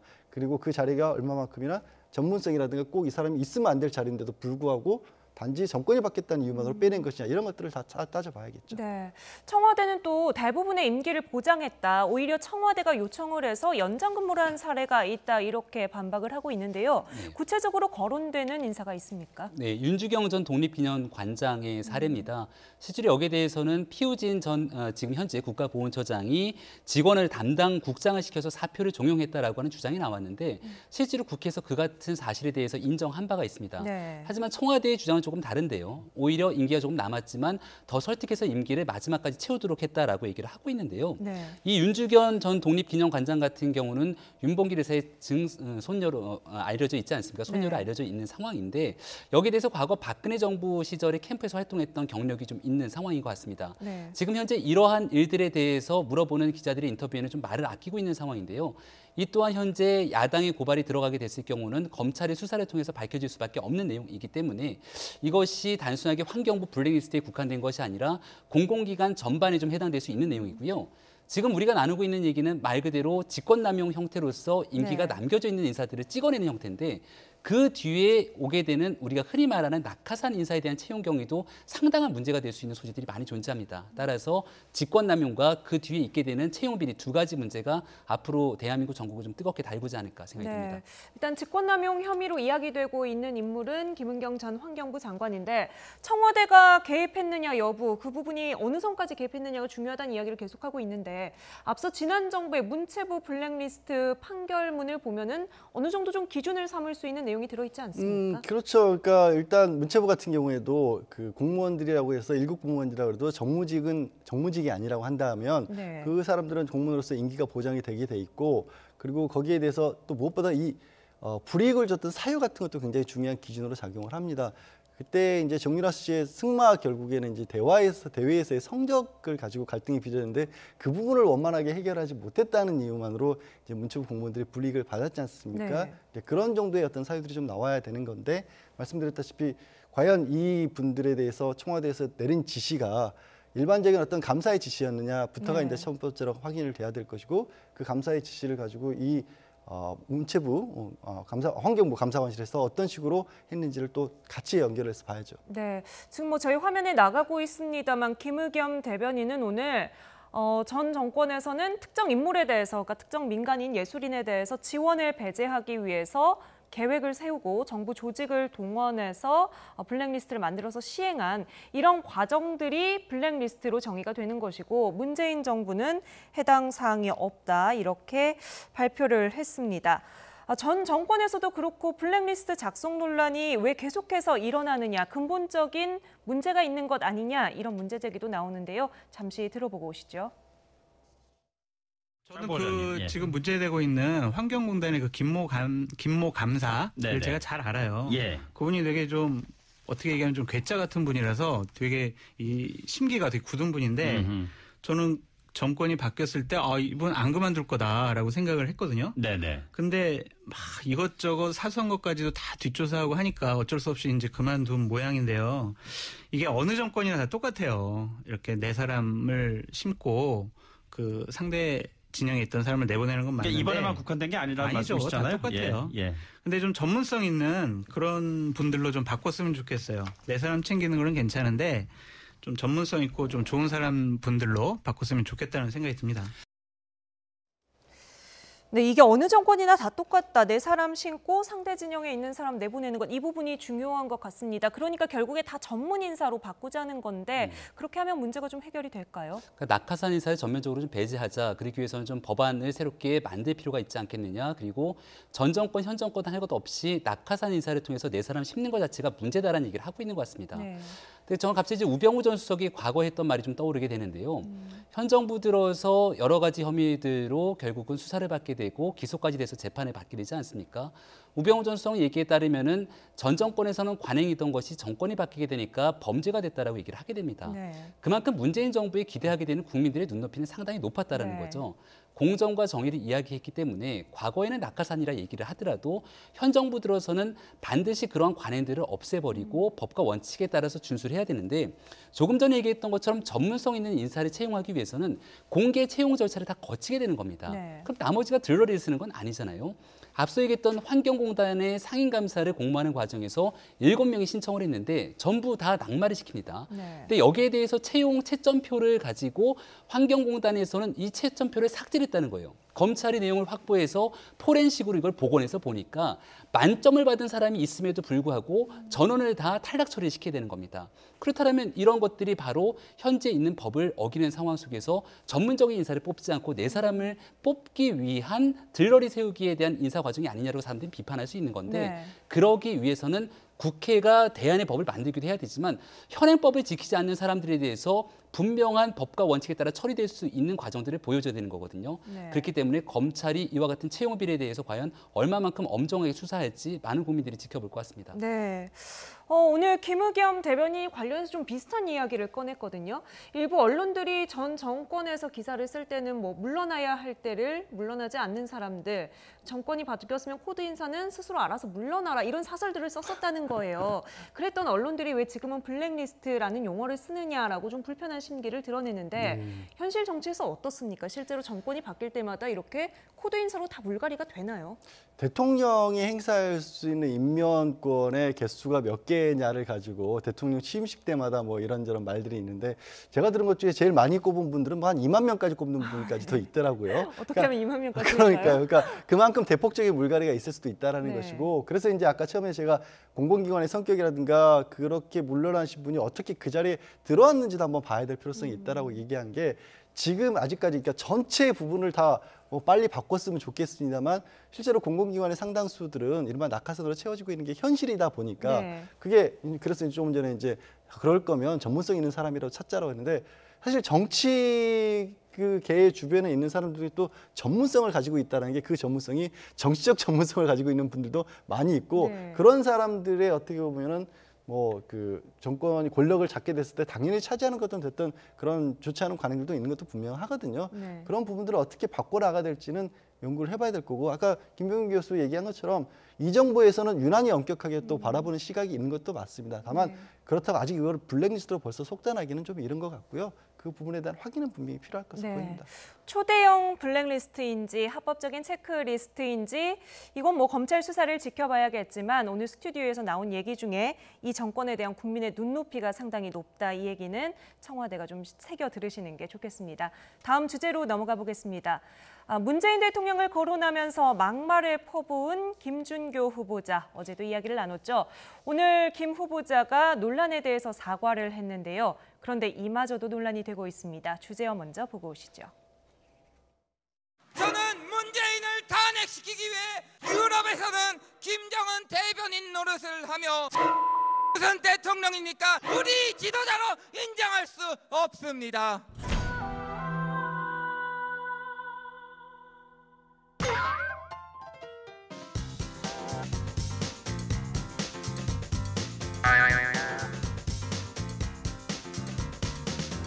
뭐? 0.1%도 득표하지 못할 겁니다. 참 정치를 시작도 하지 않은 이런 사람의 발언이 너무 과대 보도되고 있지 않는가라는 생각이 들고요. 저는 고등학교 4년 선배거든요, 김준교 후보가. 근데 정치라는 게 그렇게 시간이 길어지다 보면 조급함이 좀 생기는 것 같습니다. 그래가지고.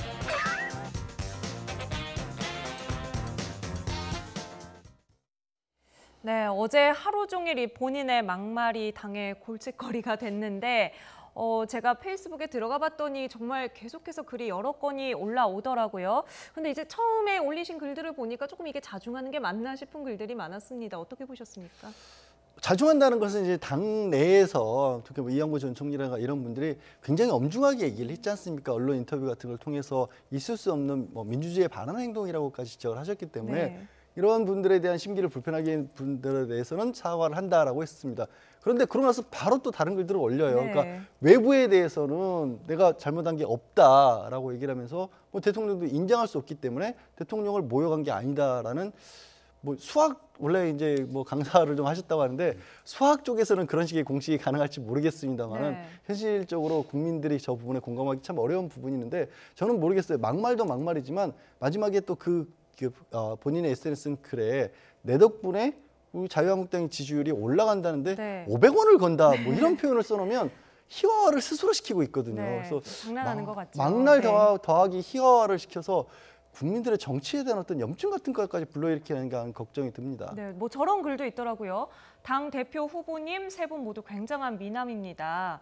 사모님들께서도 모두 엄청난 미인이라서 이번 전당대회는 대성공입니다. 이런 글도 있던데 저런 글은 왜 올리는 걸까요? 좀 엉뚱한 발언들이 쏟아지고 있는 것 같은데요. 본인 입장에서는 노이즈 마케팅에 톡톡히 성공했다라고 생각하는 것 같습니다. 그러니까 연일 실시간 검색어에 김준교라는 이름이 오르게 되니까 그전까지는 대한민국 국민, 특히 한국 당원들도 김준교라는 사람이 누군지를 알지 못했잖아요. 그러니까 여기에 대해서 전당대회 최고위원, 특히 청년 최고위원 선거로 나섰기 때문에 이렇게 노이즈 마케팅 더불어서 문재인 정부와 강하게 각을 세우는 모습을 보이면 선거에 도움이 되지 않을까라고 판단하는 것 같은데 전체적으로 당 입장에서 봤을 때는 굉장히 곤혹스러운 상황인 것 같습니다. 네. 우리가 2012년도 대통령 선거를 보면은 당시에 문재인 후보와 박근혜 후보가 강하게 맞붙었는데 토론회장 씨에 껴있던 중간에 통합진보당이 이정희 후보가 있습니다. 네. 닥깎기 마사오의 딸 박정희의 딸이라고 하는 이 박근혜 전 대통령에 대한 강한 모독성 발언들을 통해서 여기에 대한 그 국민적 분노들이 사실 있었던 게 사실이고요. 네. 그러다 보니까 중간에서 이걸 강하게 제지하지 못했던 문재인 후보가 오히려 역으로 피해를 본 것이 아니냐라는 얘기까지 나왔던 상황입니다. 말 그대로 국민들이 정치를 바라보는 관점에서는 최소한의 예의가 필요할 것이고요. 네. 한국당 입장에서 가장 불편해할 수 있는 프레임은 대선 불복 프레임입니다. 네. 그렇기 때문에 김경수 지사가 구속되고 드루킹에 관한 문제가 불거졌음에도 불구하고 대선 불복에 관한 이야기는 누구도 끄집어내지 않았던 거죠. 하지만 김준규 후보의 얘기를 보게 되면은 저 사람을 대통령으로 인정할 수 없다라는 이야기를 서슴찮게 꺼내게 됩니다. 네. 한국당 입장에서는 상당한 부담일 수밖에 없는 것이고 오죽하면 선관위원장이 직접 만나서 엄중하게 경고하겠다고 네. 얘기를 하는 만큼 두 번 다시 이런 일들이 자유한국당 특히 보수정당을 다시 살리고자 하는 사람들의 눈살을 찌푸리진 않았으면 좋겠습니다. 네, 첫 사과문을 올리기 직전에 19대 대선은 원천 무효다. 문재인 역시 대통령이 아니므로 현재 대통령에게 막말했다는 것은 사실 아니다. 이런 글을 올린 부분을 언급을 해주신 것 같습니다. 오늘 오후에는 굉장히 좀 진지한 내용이 처음부터 끝까지 사과문을 올렸어요. 그런데 당 어르신들, 대선배님들께 죄송하다는 얘기는 했지만 뭐 막말을 들었던 대통령이라든지 국민들에 대해서는 사과한다는 이야기가 없더라고요. 그러니까 저 분이 생각하고 있는 국민의 범위가 어디인지를 좀 묻고 싶어요, 먼저. 그러니까 저렇게 사과를 한다는 게 본인이 생각했을 때 어떤 보수적인 지지자들, 사실 저는 제대로 된 보수의 지지자분들이라면 저런 말씀에 공감을 별로 안 할 것 같은데 네. 그런데도 불구하고 본인이 생각할 때는 그나마 보수적인 어떤 성향을 가진 분들만을 바라보고 저 얘기를 한 게 아닌가. 이게 내가 이렇게 말을 한 부분들이 본의 아니게 어떻게 보면 전체적으로 당에 피해를 끼칠 수 있다는 부분에 대해서는 그래도 자각을 하겠다라고 해서 살짝 물러나는 모습을 보이면서 말씀하신 것처럼 그래도 정중한 태도처럼 글을 썼지만 그 바깥의 부분들, 왜 누구에게 내가 한 말, 특히 대통령에 대해서 이렇게 한 말이 뭐가 문제인지에 대해서는 전혀 생각이 없거든요. 아예 오히려 그 부분에 대해서 나는 배려조차 하지 않겠다라는 건데 그렇게 됐을 경우에 문재인 대통령에게 투표를 했고 지금도 지지하고 있는 다른 국민들에 대한 사과도 안 하는 것이 되거든요. 네. 그래서 제가 초두에 말씀드렸다시피 국민을 어떻게 생각하고 있느냐, 어디까지를 국민으로 생각하고 있는지 한번 물어보고 싶다는 말씀을 드린 겁니다. 세계일보와의 인터뷰에서 사과할 생각이 1도 없다. 이런 유행어를 사용해서 말을 하기도 했더라고요. 앞서 말씀을 잠깐 해주셨는데 박관용 선관위원장이 주의를 한 차례 줬다. 그리고 내일 다시 한번 논의해보겠다. 이런 이야기를 했어요. 실제 징계로까지 가게 될까요? 갈 수 있는 가능성은 여전히 존재하고요. 앞으로 있게 되는 상황 속에서도 같은 발언들이 쏟아지게 되면은 실제로 자유한국당 입장에서는 당의 지지율에 해가 될 수도 있고 이런 것들을 일컬어서 해당행위라고 표현하기도 합니다. 설령 만약에 투표 결과를 통해서 청년 최고위원으로 당선된다 하더라도 과거 류여해 전 최고위원 같은 경우는 최고위원직으로 활동하고 있음에도 불구하고 당시 있었던 문제들로 인해서 윤리위원회의 결과 결국은 최고위원직에서 제명되기도 하는 사례들이 존재합니다. 따라서 지금 김준교 후보의 돌발 행동들이 한국당 입장에서는 굉장히 좀 곤혹스러운 상황에 이를 수밖에 없을 거기 때문에 아마 엄중하게 여기에 대해서 경고 조치를 할 것이고 그럼에도 불구하고 같은 행동들이 다시 이루어지게 된다면 당선 이후라도 분명히 당에서 문제 삼을 가능성이 매우 높다고 생각합니다. 네, 당 안에서는 최고위원을 등록하는 어떤 기준을 조금 높게 설정해야 되는 거 아니냐 이런 소리도 나온다고 하던데요. 그래서 이제 그런 어떤 최고위원 등록이나 이런 부분들이 대부분 이제 서류 심사에 그칠 수밖에 없는 게 한계지 않습니까? 그리고 누구나 자유스럽게 나오도록 하는 것이 또 당의 어떻게 보면은 당의 공당의 운영 방법일 수밖에 없는 건데 그런데도 불구하고 상식 밖의 어떤 말들을 하는 인물이 자연스럽게 공당의 후보로 최고위원, 청년 최고위원이지만 후보로 나올 수 있다라고 하는 것 자체가 어떻게 보면 자유한국당이 이 당내 어떤 분위기 같은 것들이 많이 흐트러져 있는 게 아니냐라는 생각을 할 수밖에 없죠. 그러니까 어떻게 보면 정상적으로 잘 정돈돼 있고 제1야당으로서의 이런 정도의 얘기는 전당대회 같은 자리에서 해서는 안 된다는 게 자연스러운 분위기였다라면 설령 서류 심사를 아무리 까다롭게 안 하더라도 심사 없이 그냥 누구나 나오라고 할지라도 저렇게 나와서 얘기를 하기는 어려웠을 거 아니에요. 그런데 지금은 뭐 자유한국당에서는 부인을 하고 있죠. 극히 극소수라고 현장에서만 분위기가 저렇게 좀 일부에 쏠려 있다는 말씀들을 하고 있지만 어쨌든 그 현장을 통제를 못하고 있다는 것도 반증이 되지 않습니까? 그러니까 저런 식의 말씀이 나올 수 있는 분위기가 된다는 거죠. 네, 김준교 후보의 막말 후보풍을 지켜보는 당 안팎의 시선은 어떨까요? 차례로 들어보겠습니다. 김준교 씨 같은 경우에 사실은 앞으로 보십시오. 0.1%도 득표하지 못할 후보입니다. 이 후보의 참 정치를 시작도 하지 않은 이런 사람의 발언이 너무 과대 보도되고 있지 않는가라는 생각이 들고요. 정말 잘못된 발언이고 망언이라고 생각합니다. 그때도 좀 튀는 사람이었습니까? 아니요, 그때는 제 기억하는 건 뭐냐, 강경 보수 성향이긴 했지만은 좀 지금 나오는 것처럼 뭐 막말식의 언급 같은 경우는 거의 없는 성격이었거든요. 근데 정치라는 게 그렇게 시간이 길어지다 보면 조급함이 좀 생기는 것 같습니다. 그래가지고. 네, 장제원 의원은 처음에 거론하고 싶지도 않다 뭐 이런 표현을 쓰기도 했어요.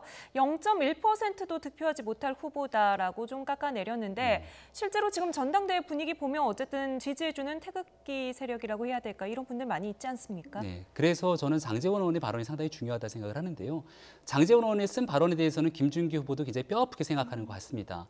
그러니까 당에 있는 어른들, 특히 뭐 이완구 전 총리라든지 이런 사람들이 했던 발언들에 대해서도 굉장히 신경을 많이 쓰는 것 같아요.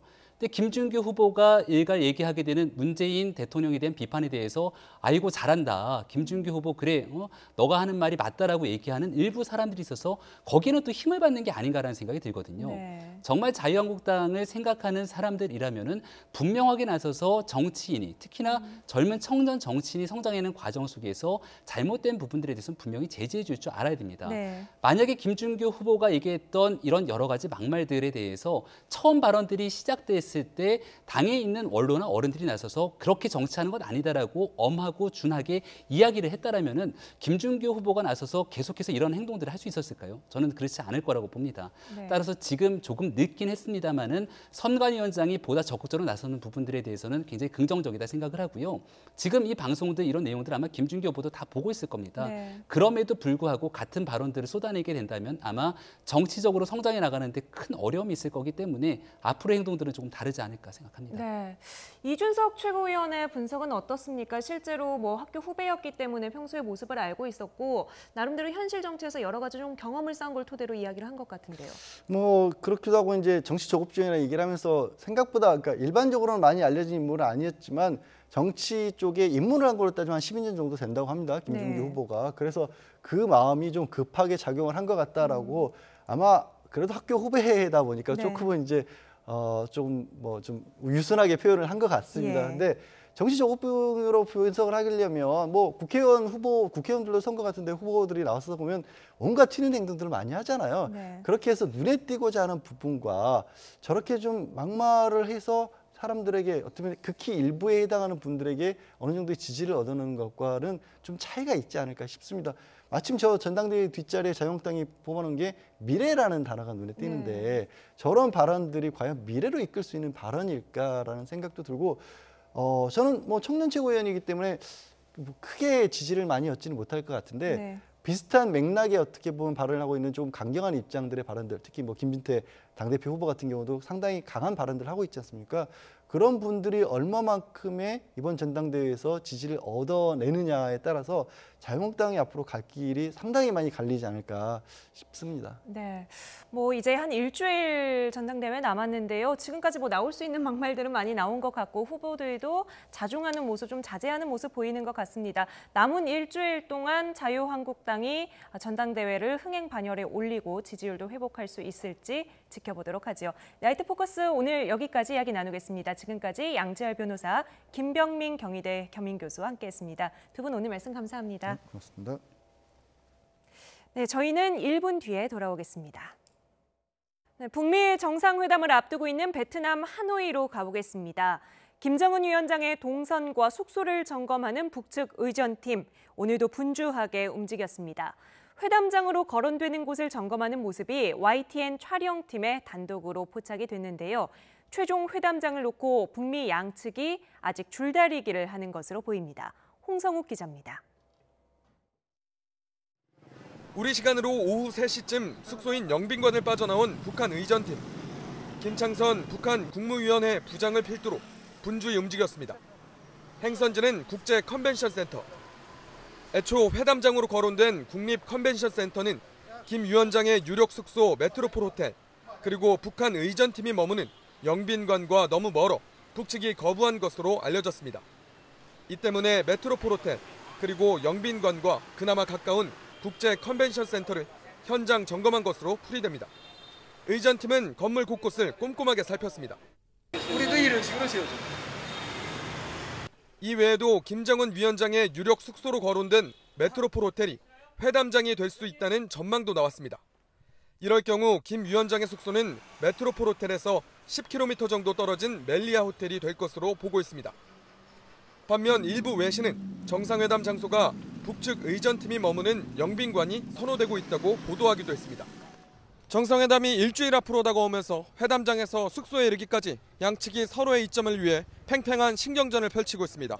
베트남 하노이에서 YTN 홍성욱입니다.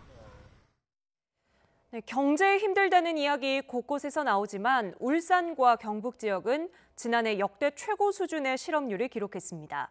주력 산업 부진으로 구조조정을 겪은 탓입니다. 김평정 기자입니다. 조선과 자동차 등 국내 주력 산업의 메카지만 최근 몇 년 동안 극심한 부진을 겪은 울산. 구조조정의 여파로 지난해 실업률이 역대 최고치를 기록했습니다. 지난해 울산의 실업률은 관련 통계가 작성되기 시작한 지난 2000년 이후 최고치인 4.6%였습니다.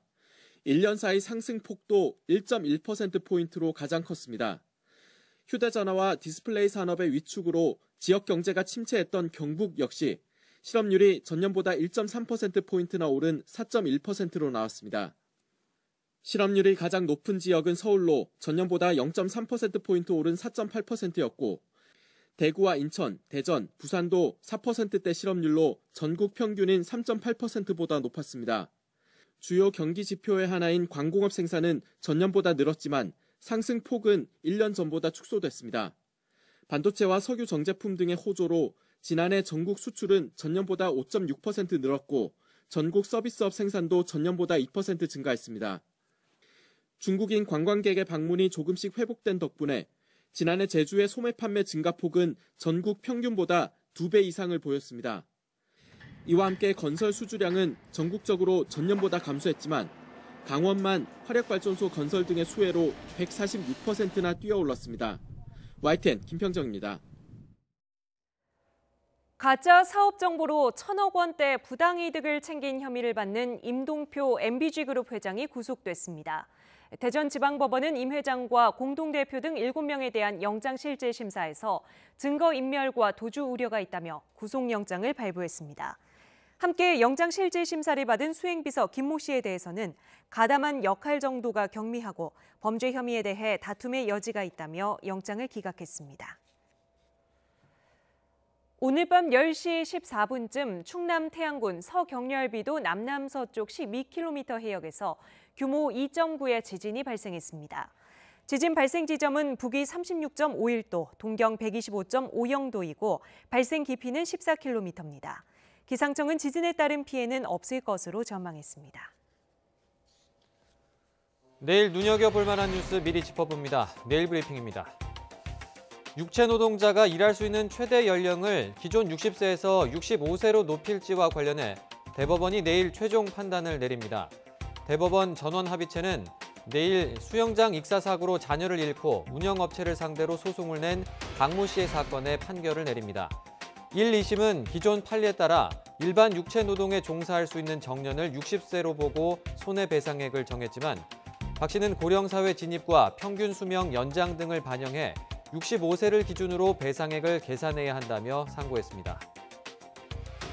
한국 e스포츠협회를 통해 홈쇼핑 업체 등 여러 대기업에서 수억 원대 금품을 받은 혐의로 기소된 전병헌 전 의원이 1심 판결을 받습니다. 앞서 검찰은 전 의원이 국회의원의 청렴 의무를 저버렸다며 징역 8년 6개월을 선고해달라고 재판부에 요청했습니다. 군 사이버 사령부의 댓글 공작에 개입한 혐의로 재판에 넘겨진 김관진 전 국방부 장관에 대한 1심 판결이 내일 나옵니다. 앞서 검찰은 김 전 장관이 댓글 공작을 지시하고 군무원 채용 과정에서 반정부 성향 지원자를 걸러내는 등 헌정 질서를 유린했다며 징역 7년을 구형했습니다. 직원 폭행과 엽기 행각 등으로 물의를 빚은 한국미래기술 양진호 회장의 첫 재판이 내일 열립니다. 앞서 지난달 24일 열릴 예정이었던 재판은 양 회장이 변호사를 구하지 못해서 내일로 미뤄졌는데 재판부는 양 회장의 혐의가 인정될 경우 중형이 예상되기 때문에 변론권 보장을 위해 변호인을 선임하라고 지시했습니다. 지난해 12월에 구속 기소된 양 회장은 특수강간과 상습 폭행, 마약, 동물보호법 위반 혐의 등을 받고 있습니다. 지금까지 내일 브리핑이었습니다.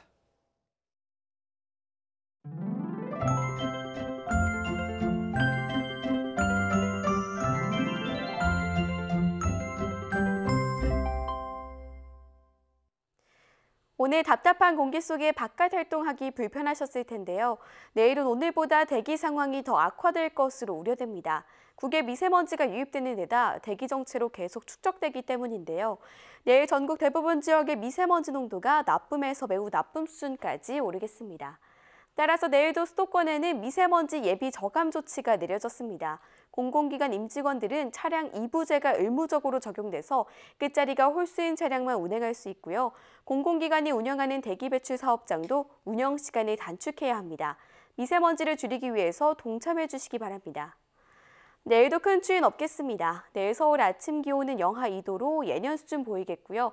낮 기온은 영상 8도까지 오르면서 오늘보다 4도가량 높겠습니다. 먼지만 아니라면 내일 고기압의 영향권에서 하늘 자체는 맑겠습니다. 내일 아침 기온은 오늘과 비슷하거나 조금 더 낮겠습니다. 서울 아침 기온 영하 2도, 광주도 영하 2도, 부산은 2도로 예상되고요. 내일 낮 기온은 오늘보다 2에서 4도가량 높겠습니다. 서울 낮 기온 8도, 광주, 대구 11도, 부산은 12도까지 오르겠습니다. 토요일에는 강원 영동 지역에 한 차례 비가 내리겠고요. 기온은 갈수록 오름세를 보이면서 포근해지겠습니다. 지금까지 날씨 정보였습니다. 취업문이 바늘구멍이라 안 그래도 힘든 취업 준비생들에게 오늘 힘 쭉 빠지게 하는 뉴스가 있었습니다. 누구는 몇 년씩 준비하는 신의 직장에 직원 가족이라서 높은 분의 자제라서 합격하고 정규직 전환이 되는 불공정의 구태, 이제 정말 없어져야겠습니다. 뉴스나이트 마칩니다. 편안한 밤 보내십시오.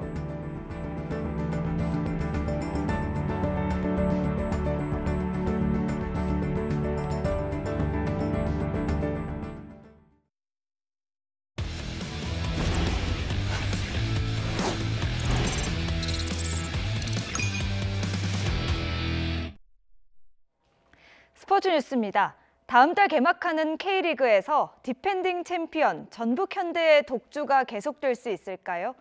지난해 국내 선수 득점 1, 2위를 차지한 문선민과 이동국, 이른바 국민 라인이 기대를 모으고 있습니다. 김재현 기자입니다. 지난해 문선민은 전북의 안방 전주성에서 특유의 관제탑 골 세리머니를 펼쳤습니다. 전북 팬들에겐 씁쓸했을 이 장면이 올해부터는 함께 즐기는 볼거리로 바뀝니다. 지난해 14골을 넣어 국내 선수 득점 1위에 오른 문선민이 전북으로 이적했기 때문입니다. 스피드와 침착한 결정력을 갖춘 문선민의 합류는 전북의 공격력에 속도와 세밀함을 더할 전망입니다. 문선민은 일본 전지 훈련을 통해 전북의 색깔에 빠르게 적응하고 있습니다. 작년에 제가 원정에서 제가 관제탑을 쳐가지고 좀 약간 좀 씁쓸하게 이렇게 보셨다는 전북 팬분들이 많으셨는데 이번에는 기쁜 관제탑을 꼭 보여드리고 싶어요. 지난해 문선민에 이어 국내 선수 득점 2위에 오른 전설 이동국도 변함없이 공격 축구를 이끕니다. 한국 나이로 41살, 말 그대로 살아있는 역사인 이동국은 경기에 출전할 때마다 각종 기록을 갈아치웁니다.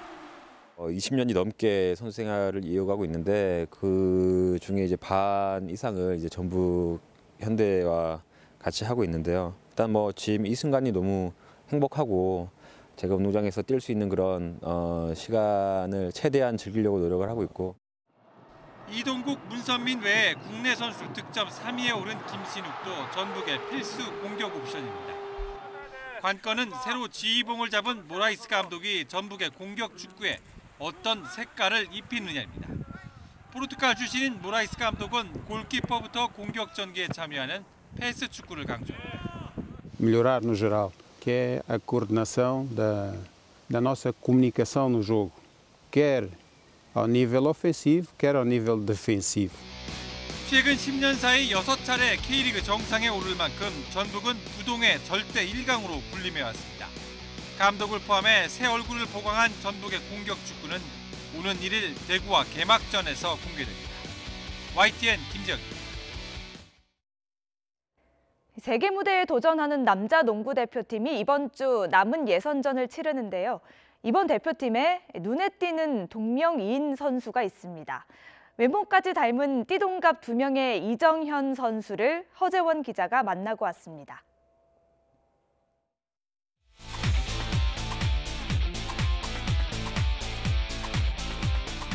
정확한 석점슛과 거침없는 돌파, 국내 최고의 득점력을 자랑하는 KCC 이정현입니다. 20살 어린 나이에도 노련한 경기 운영과 넓은 시야를 두루 갖춘 연세대 이정현입니다. 연세대 1학년생 이정현이 처음으로 국가대표팀 최종 명단에 포함되면서 토끼띠 띠동갑 이정현이 함께 태극마크를 달게 됐습니다. 어린 선수이고 좀 패기 있게 좀 열심히 해서 좀 대표팀의 활력소 같은 역할을 해줬으면 좋겠고요. 좀 여유롭게 요령 있게 좀 플레이를 많이 하시는 거 보고 많이 배워야겠다고 생각했습니다. 우리나라 남자농구의 현재와 미래로 불리는 이정현과 이정현은 놀랍게도 닮아 있습니다. 정확히 12살 차이로 같은 토끼띠인 두 이정현은 출신 지역과 대학, 가드 포지션과 플레이 스타일까지 마치 도플갱어를 연상케 합니다. 기분도 좋고 되게 신기하기도 한데 뭐 정현이 형 이제 따라가려면 더 열심히 해야 될 것 같습니다. 저는 근데 이렇게 대학교 때부터 이렇게 대표팀을 할 수 있는 실력이 안 돼서 저보다도 훨씬 더 발전의 가능성이 있는 선수인 것 같고. 프로 데뷔 10년 만에 국내 최고 선수의 자리를 꿰찬 이정현과 NBA 스카우터의 눈길을 사로잡을 정도로 미래가 기대되는 이정현. 나란히 가슴에 태극마크를 새긴 두 이정현이 우리나라 농구의 명예를 짊어지고 장도에 나섭니다. 정현아, 잘해보자. 정현이 형 잘해봅시다. 화이팅! YTN 허재원입니다. 평창 동계올림픽 여자 컬링에서 은메달을 따낸 팀 킴의 지도자 갑질 폭로와 관련해 문화체육관광부의 특정 감사 결과가 내일 발표됩니다. 경북체육회 소속 팀 킴은 지난해 하반기 김경두 전 대한컬링경기연맹 부회장과 지도자들에게 지속적인 부당 대우를 받았다고 폭로했습니다. 문체부는 지난해 11월 19일부터 5주간 합동 감사반을 꾸려 경북체육회 컬링팀과 대한컬링경기연맹, 의성컬링훈련원 등을 대상으로 감사를 진행했습니다. 스포츠 뉴스 마칩니다. 시청해주셔서 고맙습니다.